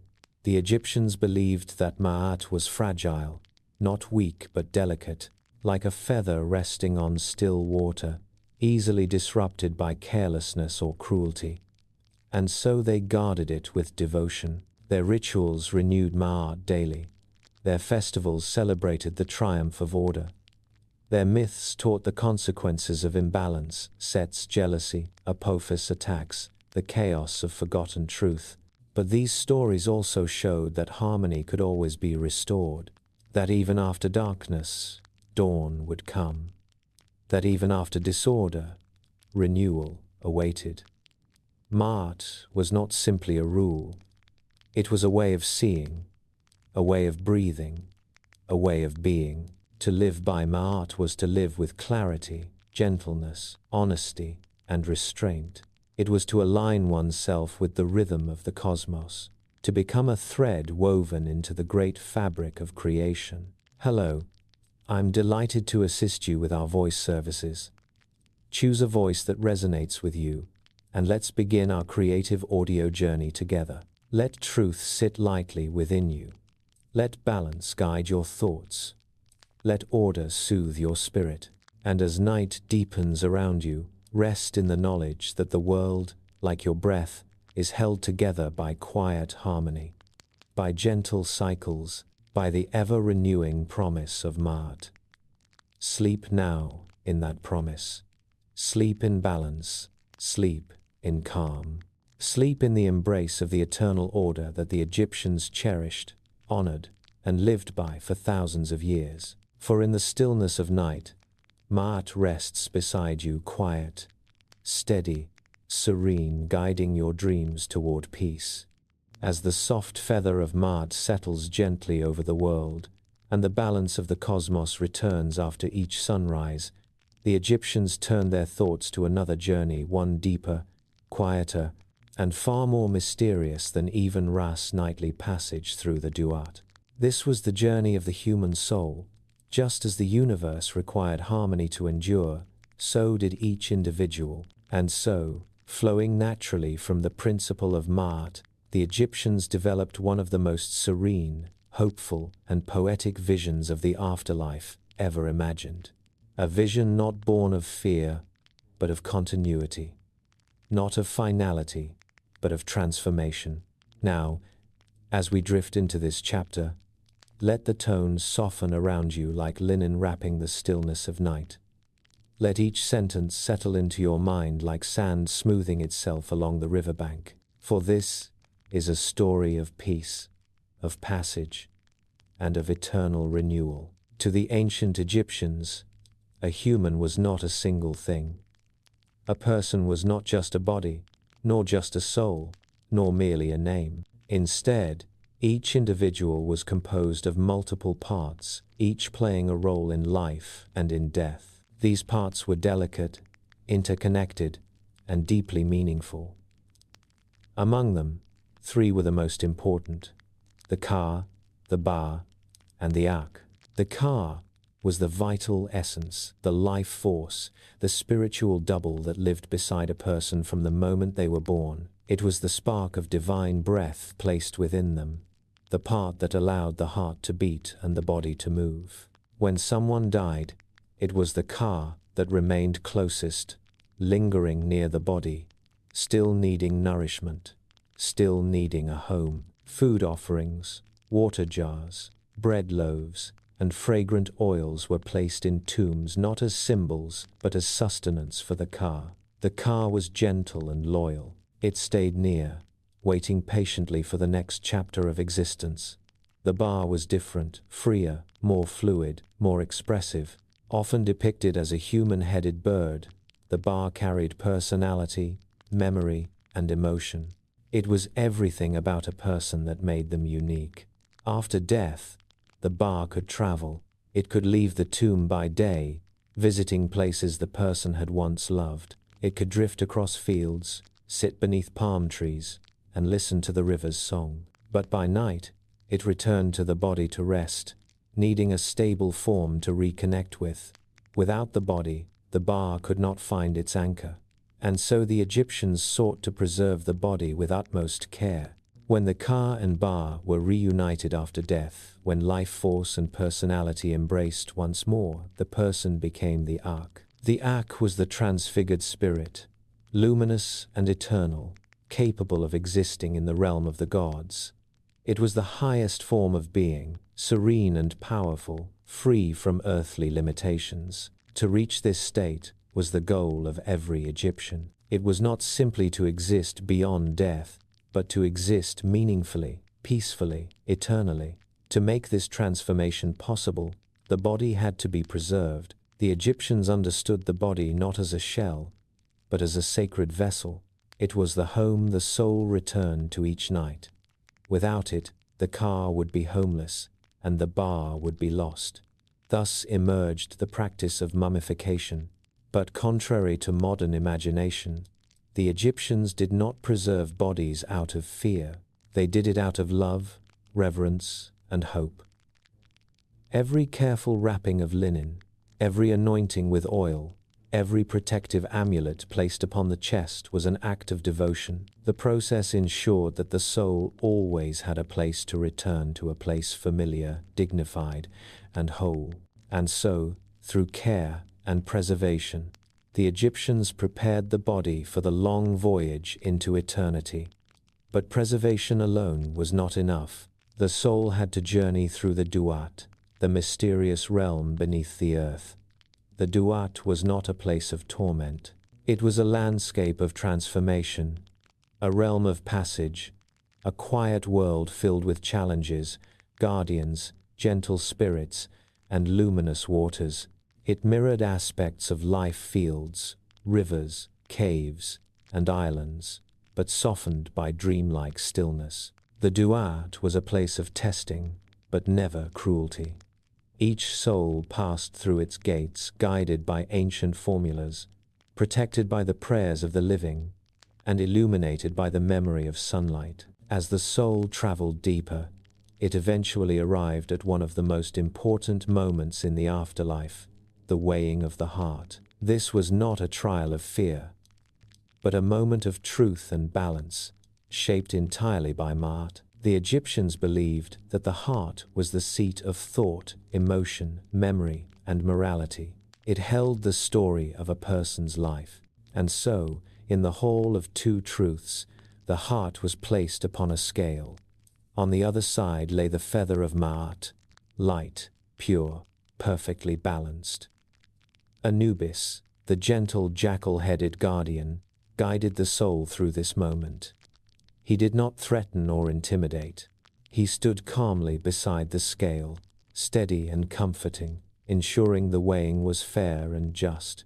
His touch was soft, his gaze patient. He understood the fragility of the moment. He understood the vulnerability of the soul. Thoth, the ibis-headed god of wisdom and writing, stood nearby with a scroll and reed pen. He recorded the result with immaculate precision, neither judging nor interfering. His presence brought clarity. His voice carried calm authority. He was there not to condemn, but to witness truth. And before the throne sat Osiris, the king of the afterlife, serene and eternal, wrapped in white linen, crowned with the Atef headdress. He embodied the promise of renewal. Flanked by Isis and Nephthys, Osiris offered not fear but reassurance. He welcomed the souls who lived in harmony with Ma'at. He comforted those who had acted with kindness. His role was not to punish, but to ensure that truth prevailed, that balance was upheld. If the heart balanced with the feather, if the person had lived truthfully, spoken honestly, and upheld harmony, they passed into the next realm. If the heart was heavy with untruth or injustice, it was devoured by the guardian Amit, ending the soul's journey. But for the Egyptians, this fate was rare, for they believed people were naturally aligned with Ma'at. Their lives, their communities, their teachings all cultivated harmony. Thus, most souls found their way to peace. And that peace took the form of the field of reeds, the Egyptian paradise, the eternal homeland of the blessed.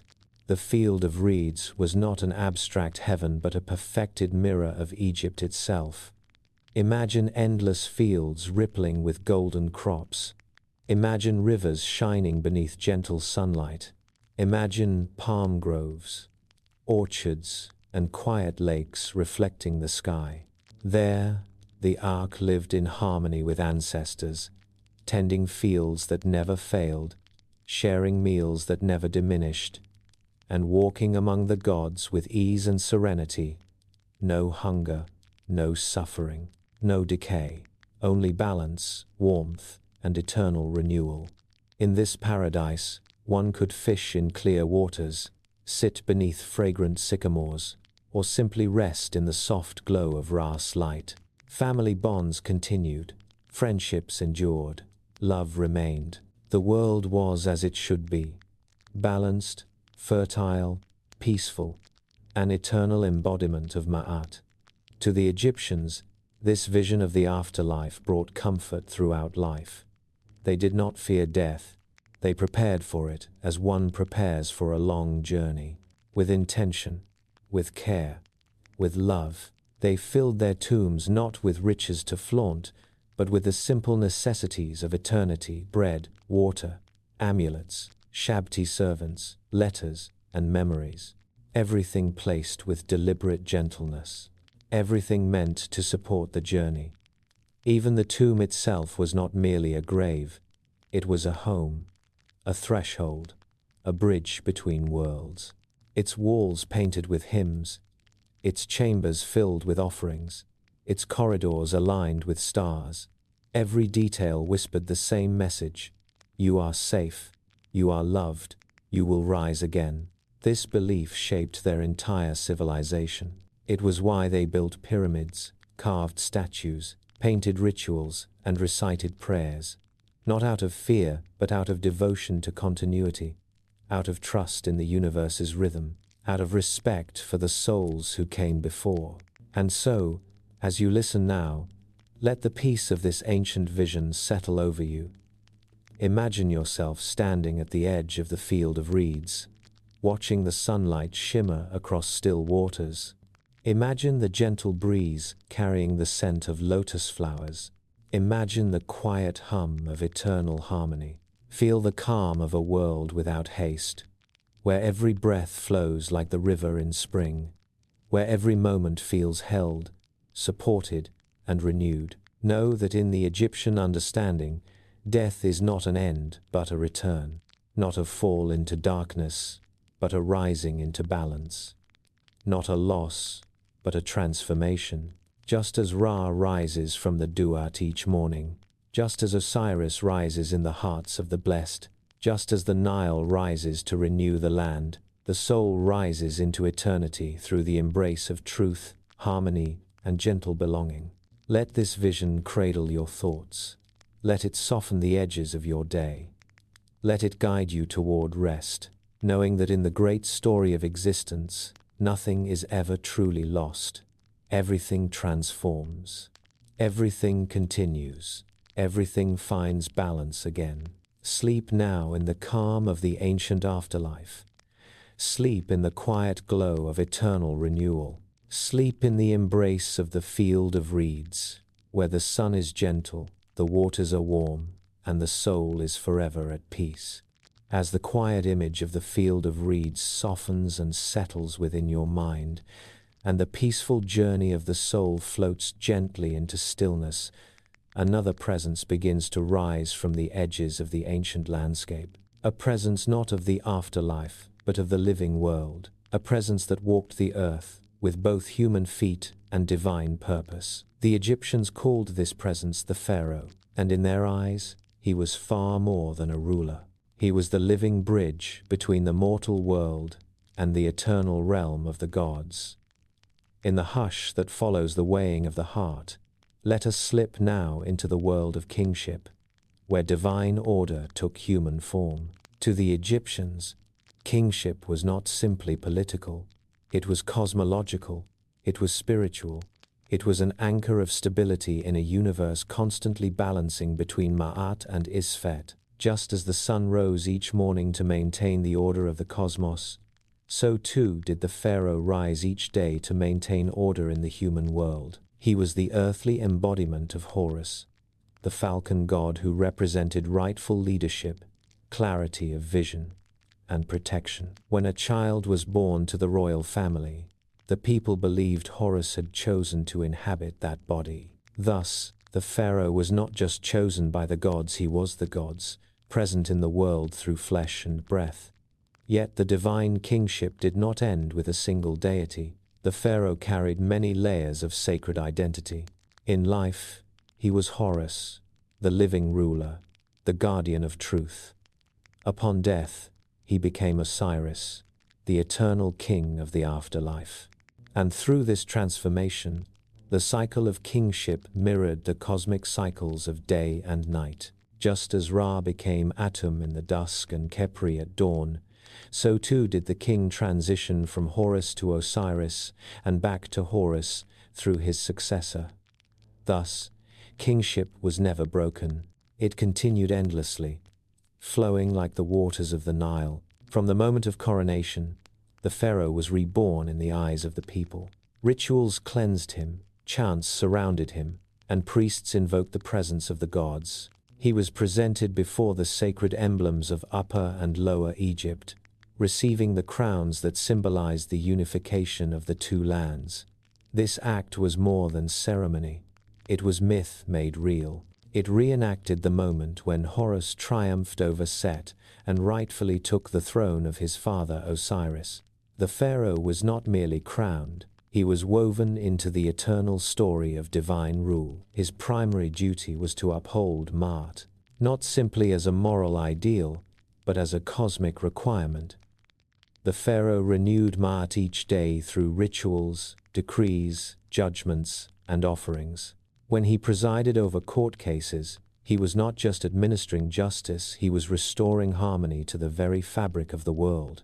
When he presented a figurine of Ma'at to the gods in temple scenes, he was symbolically offering them the order they needed to sustain creation. If the pharaoh failed, Ma'at weakened.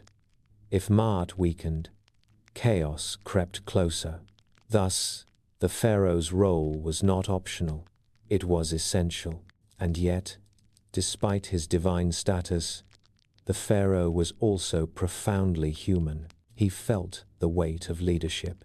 He walked among the people. He listened to petitions. He led armies when needed, not for conquest but to restore balance. His actions reflected the balance between authority and compassion. Egyptian wisdom texts often addressed future kings with gentle instruction. Be firm, but be kind. Be mighty, but be just. This guidance echoed through palace halls, shaping the character of rulers across centuries. The pharaoh's life was intertwined with the temples of Egypt. Temples were not places of communal worship like in modern religions. They were cosmic engines, spaces where priests performed rituals that renewed the life force of the gods. And above all, the king was the chief priest. Even if he did not personally perform every ritual, the priests acted in his name. Through him, the offerings reached the gods. Through him, the gods maintained creation. The temple walls tell the story clearly. The pharaoh stands before Ra, living Maat. He lights incense, he pours milk, he presents bread, he speaks the words that sustain balance. Every image, every gesture carved into stone was a reminder that the pharaoh fed the gods so the gods could feed the world. The Egyptians believed that the prosperity of the kingdom, the health of the Nile, the fertility of the fields, the stability of the seasons reflected the success of the pharaoh in maintaining Maat. If floods were too high or too low, if famine struck, or if foreign invaders threatened the land, the people did not blame the gods. They looked to the king and asked whether he had upheld truth. This responsibility was immense, but it infused kingship with purpose beyond ambition. The pharaoh existed to ensure the universe stayed whole. Despite this cosmic expectation, pharaohs were deeply beloved by their people. They were seen not as distant figures, but as shepherds. Many inscriptions describe kings as beloved of their people, protector of the weak, and father of the orphan. Their duty extended beyond borders into the lives and hearts of everyone in the land. But kingship did not last forever. When a pharaoh's earthly life reached its end, a new and sacred transition began. Just as the sun set, just as day gave way to night, the pharaoh descended toward the realm of Osiris. His burial was not a farewell. It was a coronation of another kind. The funerary rites transformed him from the living Horus into the eternal Osiris. His spirit journeyed through the Duat, guided by Anubis, and protected by spells carved into tomb walls. His heart was weighed, though kings believed they were born aligned with Maat, and when he reached the throne of Osiris, he took his place in the lineage of rulers who maintained order from beyond. At the same time, his successor rose as the new Horus, continuing the cycle. Thus, kingship transcended death. It became eternal. It flowed from one generation to the next, like the waters of the Nile that endlessly replenish themselves. The tombs and pyramids built for pharaohs were not monuments of ego. They were cosmic symbols. They were vessels designed to assist the king in his journey to eternity. Their structure mirrored the rays of the sun, guiding the pharaoh upward. Their texts invoked Maat. Their chambers echoed with prayers for balance and renewal. Every stone was placed with intention, every corridor aligned with stars. These great monuments watched over the land like patient guardians, reminding the living of their connection to the divine. Inside the royal tomb, the king was surrounded by art that depicted his transformation. Walls showed him standing before gods, receiving blessings for eternity. Scenes of the Duat guided his path. Images of Nut, the sky goddess, stretched over him to welcome his rebirth. The sarcophagus became a microcosm of creation itself, a womb of stone from which the king would emerge renewed, like Ra rising from the eastern horizon.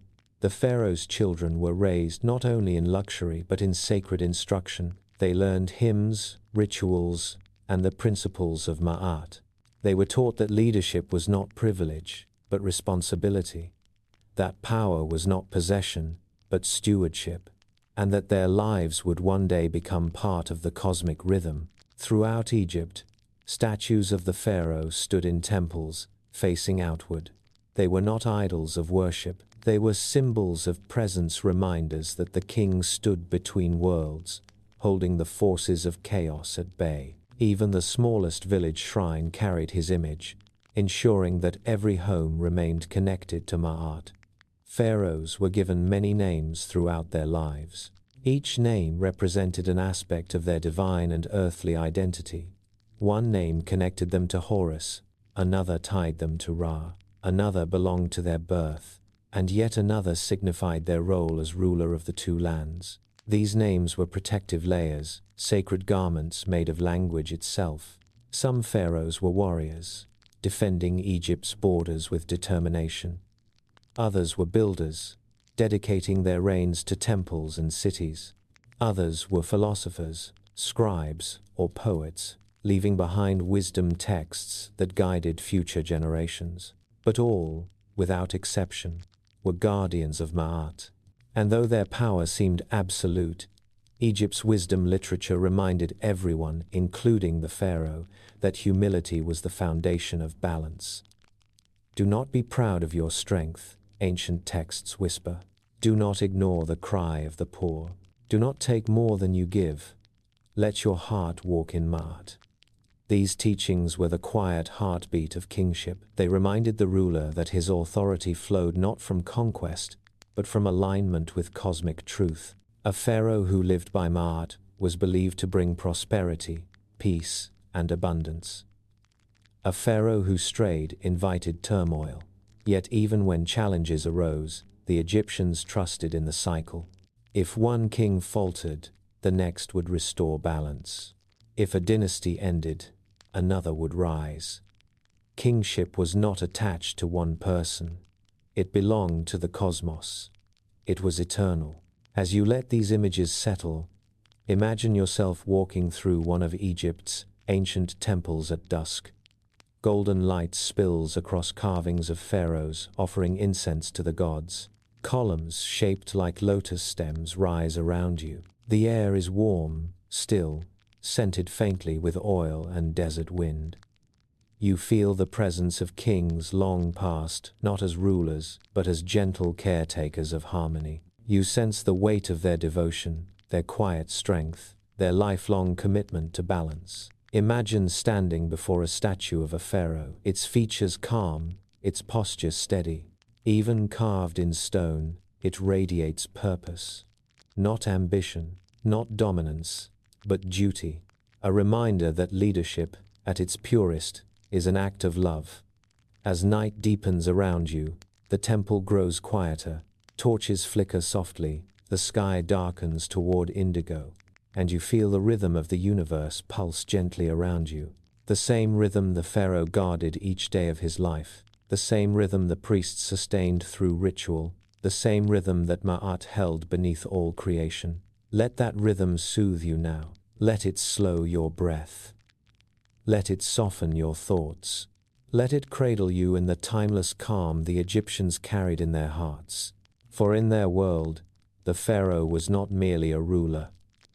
He was the servant of balance, the protector of harmony, the keeper of truth, and the guardian of cosmic order. As you drift into rest, imagine the pharaoh standing upon the steps of a dawn-lit temple, holding the feather of Ma'at in his hands. He lifts it gently toward the rising sun, and the universe, touched by truth, awakens once more. Sleep in that truth, sleep in that balance, sleep in the ancient peace that the pharaoh upheld for thousands of years. As the soft image of the pharaoh offering Ma'at to the rising sun slowly fades into the quiet horizon of your imagination, another layer of Egyptian belief begins to unfold.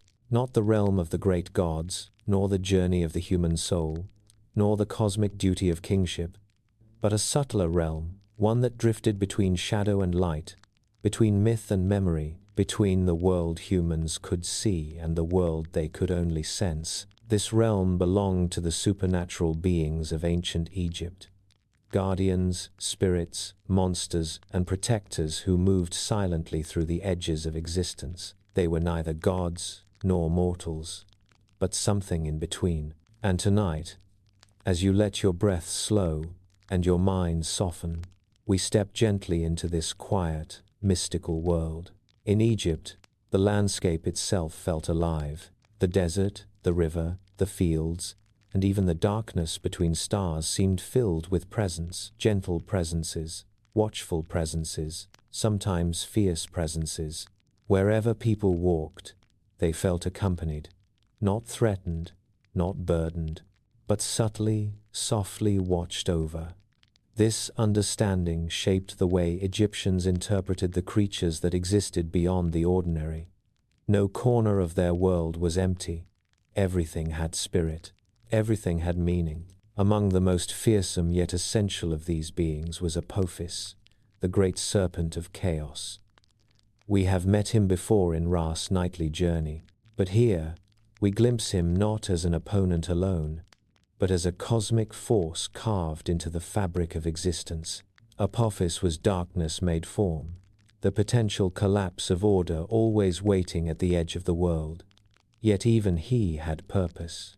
He tested the strength of the gods, strengthened the ritual cycle of creation, and reminded the people that light was precious. When storms rolled across the skies, or the horizon flickered strangely at dawn, the Egyptians whispered that Apophis was stirring, but they felt no terror, only respect for the delicate balance between order and the void. Then there were the creatures who dwelled at the thresholds of the Duat, guarding gates, measuring souls, and watching over the paths through which the dead traveled. Some were fierce and imposing, with bodies of lions, heads of falcons, wings of serpents, or combinations that defied ordinary understanding. They stood as silent guardians, their purpose clear: to maintain the sacred order of the underworld, to protect the souls who journeyed through it, to preserve the sanctity of Osiris' realm. Each guardian embodied a fragment of the ancient power that shaped the beginning of time. Among these beings, the Egyptians held special reverence for Ammit, the devourer of the heart. Though often feared in modern imagination, Ammit was not a monster but an agent of justice.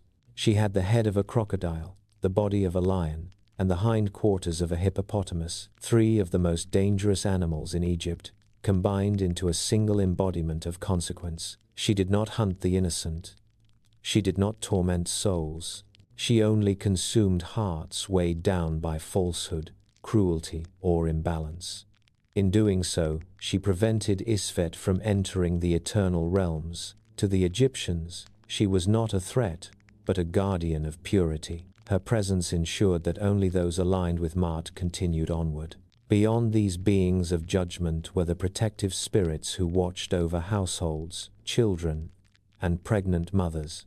One of the most beloved was Bez, a small, dwarf-like figure with a lion's mane and a mischievous smile. Bez was joyful and protective, a guardian of homes and families. He danced, laughed, and scared away harmful spirits simply by being present. Children wore his image as amulets. Women prayed to him for safe childbirth. Musicians carved him onto their instruments. With his short legs, wide eyes, and fierce compassion, Bes became one of the most intimate protectors in all of Egyptian lore. His presence brought comfort, warmth, and gentle humor to daily life. Another cherished guardian was Taweret, the goddess of childbirth and fertility. With the head of a hippopotamus, the limbs of a lioness, and the tail of a crocodile, she might seem fearsome at first glance, but her nature was deeply nurturing. She protected mothers during pregnancy, guarded infants as they slept, and oversaw the safe arrival of new life. Her image appeared on household items, beds, pillows, and amulets. Families trusted her with their most precious moments. Her gentle power filled homes with reassurance. Far from these domestic spirits were the beings associated with the wild, untamed edges of the world. The desert, with its heat, silence, and shifting dunes, was believed to be inhabited by jinn-like entities, wandering spirits, and ancient forces connected to Set. Travelers who journeyed into the desert felt its presence, an invisible watchfulness, a vast consciousness older than civilization. Some spirits helped guide travelers, others tested them, but all were part of the natural balance between civilization and wildness. Along the Nile's banks lived supernatural beings tied to the river's life-giving power. Some were protectors of fishermen, others were guardians of the crocodiles and hippos, ensuring humans respected their territories. The river was a place of magic, its depths filled with unseen presences drifting between reeds, currents, and shadows. The Egyptians approached the Nile with reverence, knowing that beneath its gentle surface lay a world alive with spirit. In the Duat, the realm of the dead, countless beings played roles both symbolic and protective. Some guided souls, some guarded sacred spaces, some carried messages between gods. These beings often blended human, animal, and symbolic forms. A falcon-headed spirit might guard the chamber of sunrise. A serpent with wings might guide the soul past dangerous waters. A lion-headed being might stand vigilant at the threshold of a sacred gate. The Egyptians did not fear these entities. They saw them as part of the cosmic architecture, necessary, balanced, and purposeful. One of the most fascinating supernatural creatures was the Bennu bird, a radiant heron linked to creation, rebirth, and the rising sun. Often associated with the phoenix, the Bennu was believed to appear at the beginning of time, perched upon the sacred mound from which Atum emerged. It symbolized renewal, transformation, and the eternal cycle of life. Its cry was said to herald the beginning of each new age. To the Egyptians, the Bennu was a living reminder that endings were never final, that life would rise again, and that time itself was born from light. Then there were the creatures who embodied shadow, not evil, but mystery. These beings wandered between worlds, appearing at the edges of dreams, visions, and rituals. They were the whisper of night wind across temple stones, the shifting forms seen in the corner of one's eye. Priests believed these spirits carried messages from the Duat, guiding rituals and offering warnings when necessary. Their presence was subtle, never forceful, always respectful of the boundary between realms. In the realm of dreams, the Egyptians believed the gods and spirits could communicate gently with the living. Dreams were not random, they were windows into the hidden layers of reality. A dream of a falcon might signal protection from Horus. A dream of a lotus might signify rebirth. A dream of water could mean purification. The Egyptians kept dream books, recording possible meanings, treating each vision as a whisper from the unseen world. Even illnesses were sometimes understood as the work of unseen beings, not malicious, but reminders of imbalance. Priests and healers combined herbal remedies with magical prayers, addressing both physical and spiritual causes. They understood the body as part of a larger cosmic network, influenced by forces both visible and invisible. And so treatments aimed to restore harmony in every layer of existence. In the vast and mysterious Duat, supernatural beings played roles in Ra's nightly journey.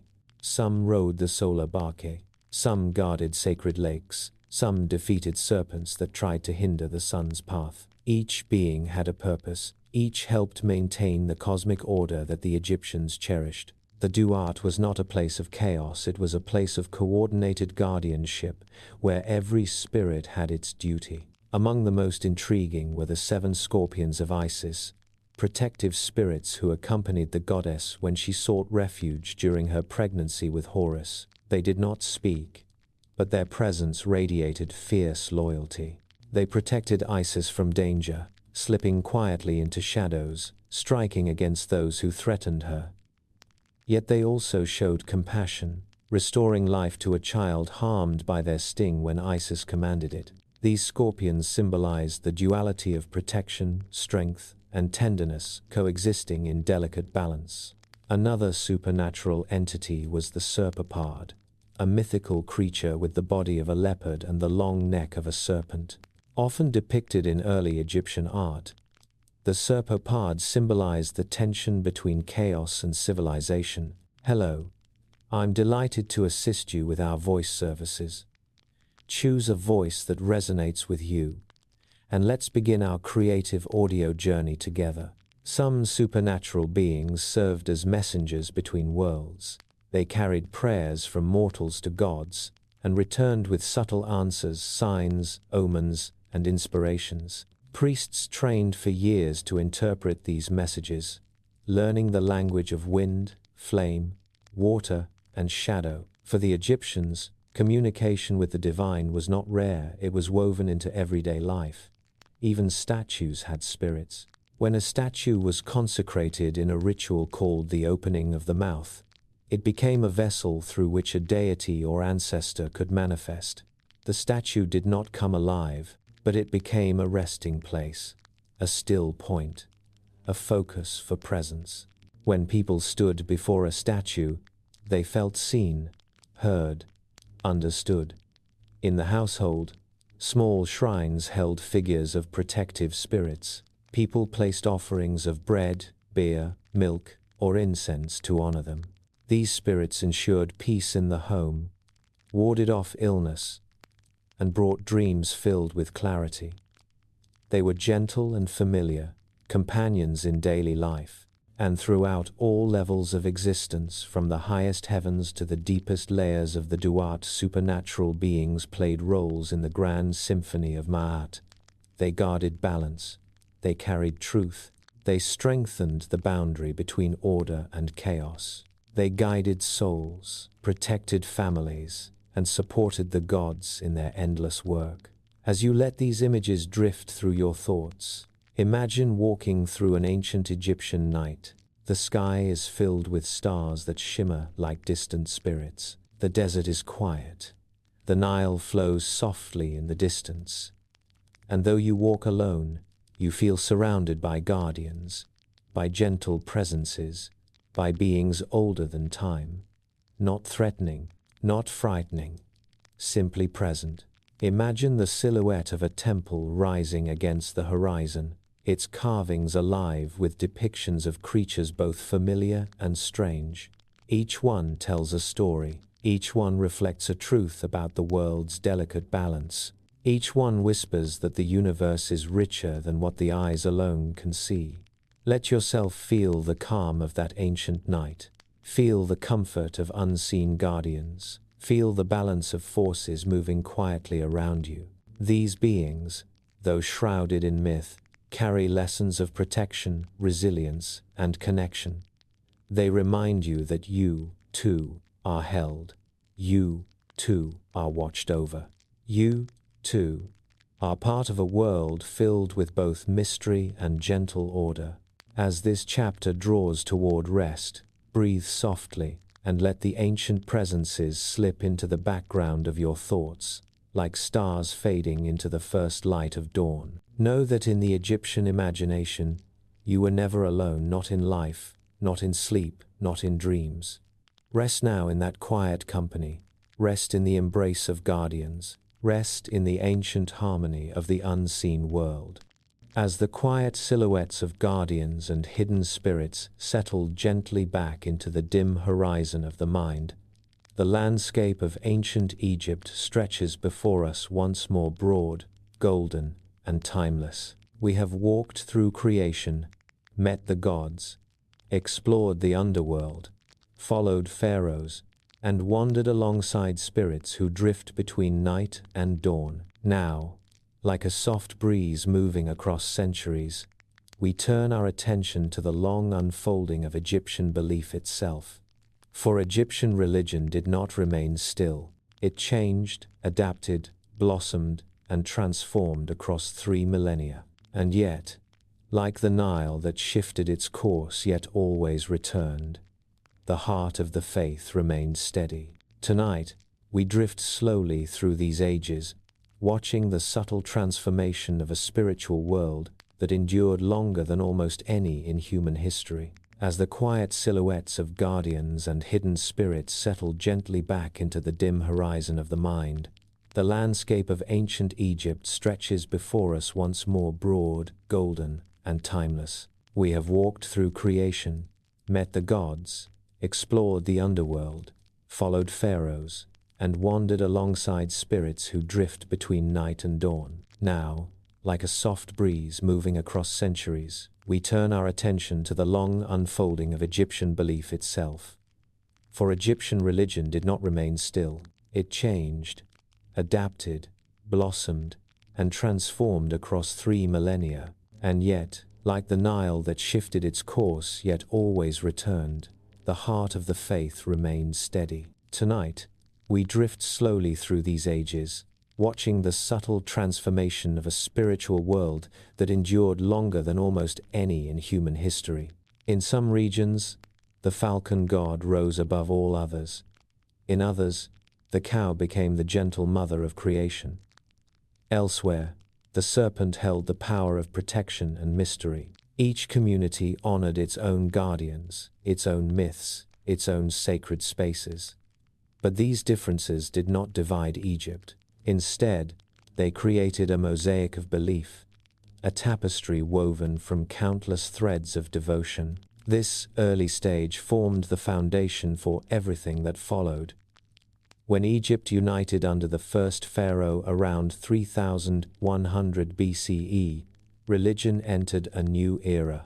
The king became the living Horus, the embodiment of divine order on earth. Temples grew more elaborate. Priests took on defined roles. Myths were organized into cohesive cycles. The gods of individual towns were linked into a national pantheon. Atum, Ra, Osiris, Isis, and Horus formed the central cosmic family.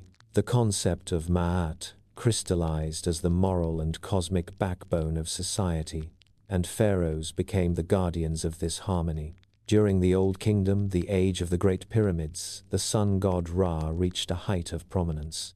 Pharaohs aligned their tombs with the solar cycle, believing they would rise with Ra into the sky each morning. Texts carved into the walls of pyramids spoke of the king's celestial ascent, describing a heaven filled with light and divine presence.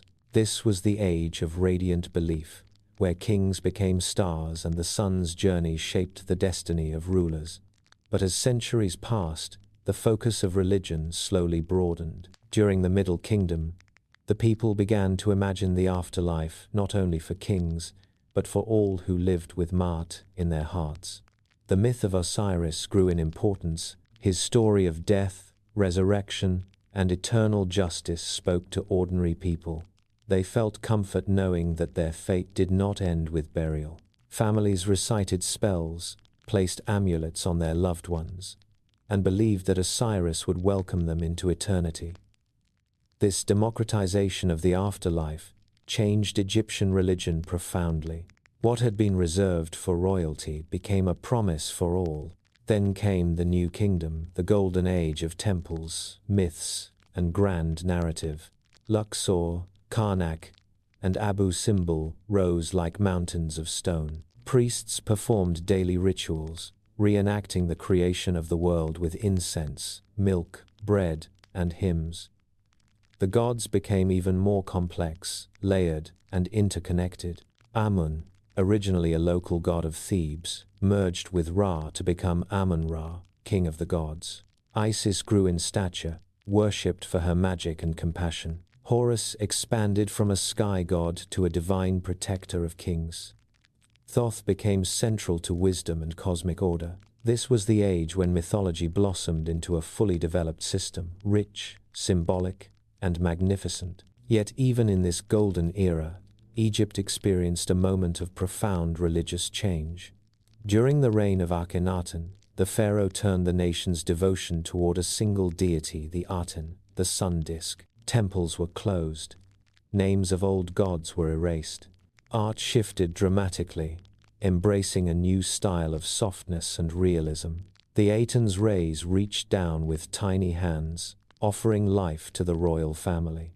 It was a bold, radical, and deeply personal vision of religion, but it was also fleeting.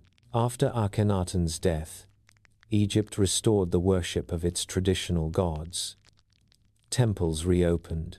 Priests resumed their rituals. Amun-Ra returned as supreme. The old order reasserted itself with calm inevitability. This moment, though brief, showed how adaptable Egyptian religion could be. It was not frozen in time. It breathed. It shifted. It absorbed new ideas and let others fade. It continued to evolve, even as its core remained steady. As the late period arrived, foreign powers entered Egypt: Libyans, Nubians, Assyrians, Persians, and eventually the Greeks. Each influence left gentle marks on Egyptian belief. Gods merged with foreign deities. Isis became associated with Greek goddesses, her worship spreading throughout the Mediterranean. Osiris merged with Dionysus and Serapis.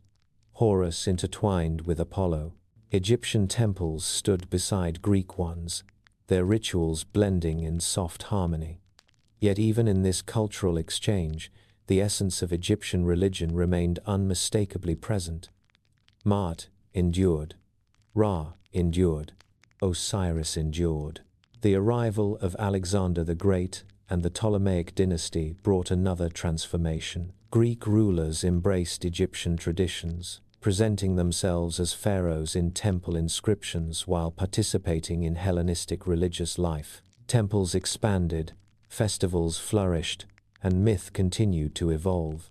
Isis became one of the most widely worshipped deities in the ancient world, a goddess of sailors, mothers, cities, and empires. Her cult spread from Alexandria to Rome, Spain, and even Britain. Egypt's spiritual influence reached farther than ever before. Finally, with the rise of Christianity and later Islam, Egyptian religion slowly receded. Temples quieted, priestly rituals ended. Sacred statues were sealed away. But the spirit of Egyptian belief did not disappear. It drifted gently into new forms encoded in stories, symbols, and enduring memories. Many aspects of early Christianity in Egypt were shaped by ancient traditions: the reverence for saints, the use of sacred processions, the imagery of mother and child that echoed Isis and Horus. Even the Coptic cross carries traces of old solar symbols. Egyptian religion did not vanish, it transformed.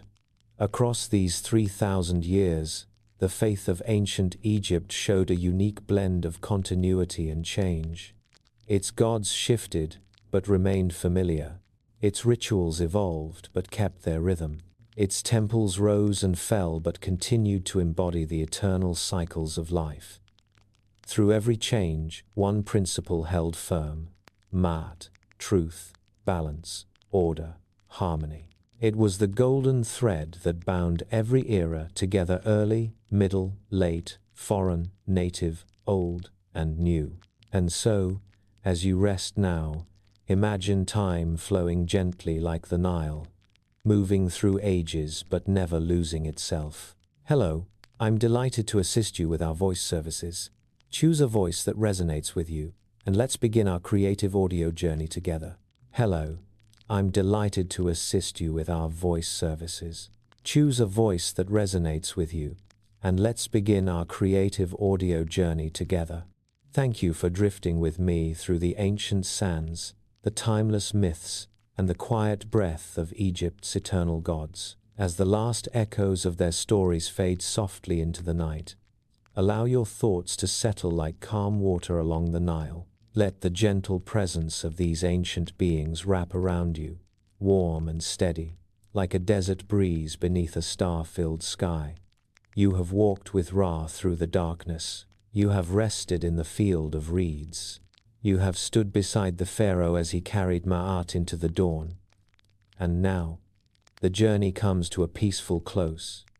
There is nothing more you need to do. No more paths to explore. No more stories to hold. Everything you needed to hear has already settled quietly into your heart. Breathe softly. Breathe slowly. Feel the weight of the day melt away from your body, from your mind, from your spirit. Hello, I'm delighted to assist you with our voice services. Choose a voice that resonates with you, and let's begin our creative audio journey together.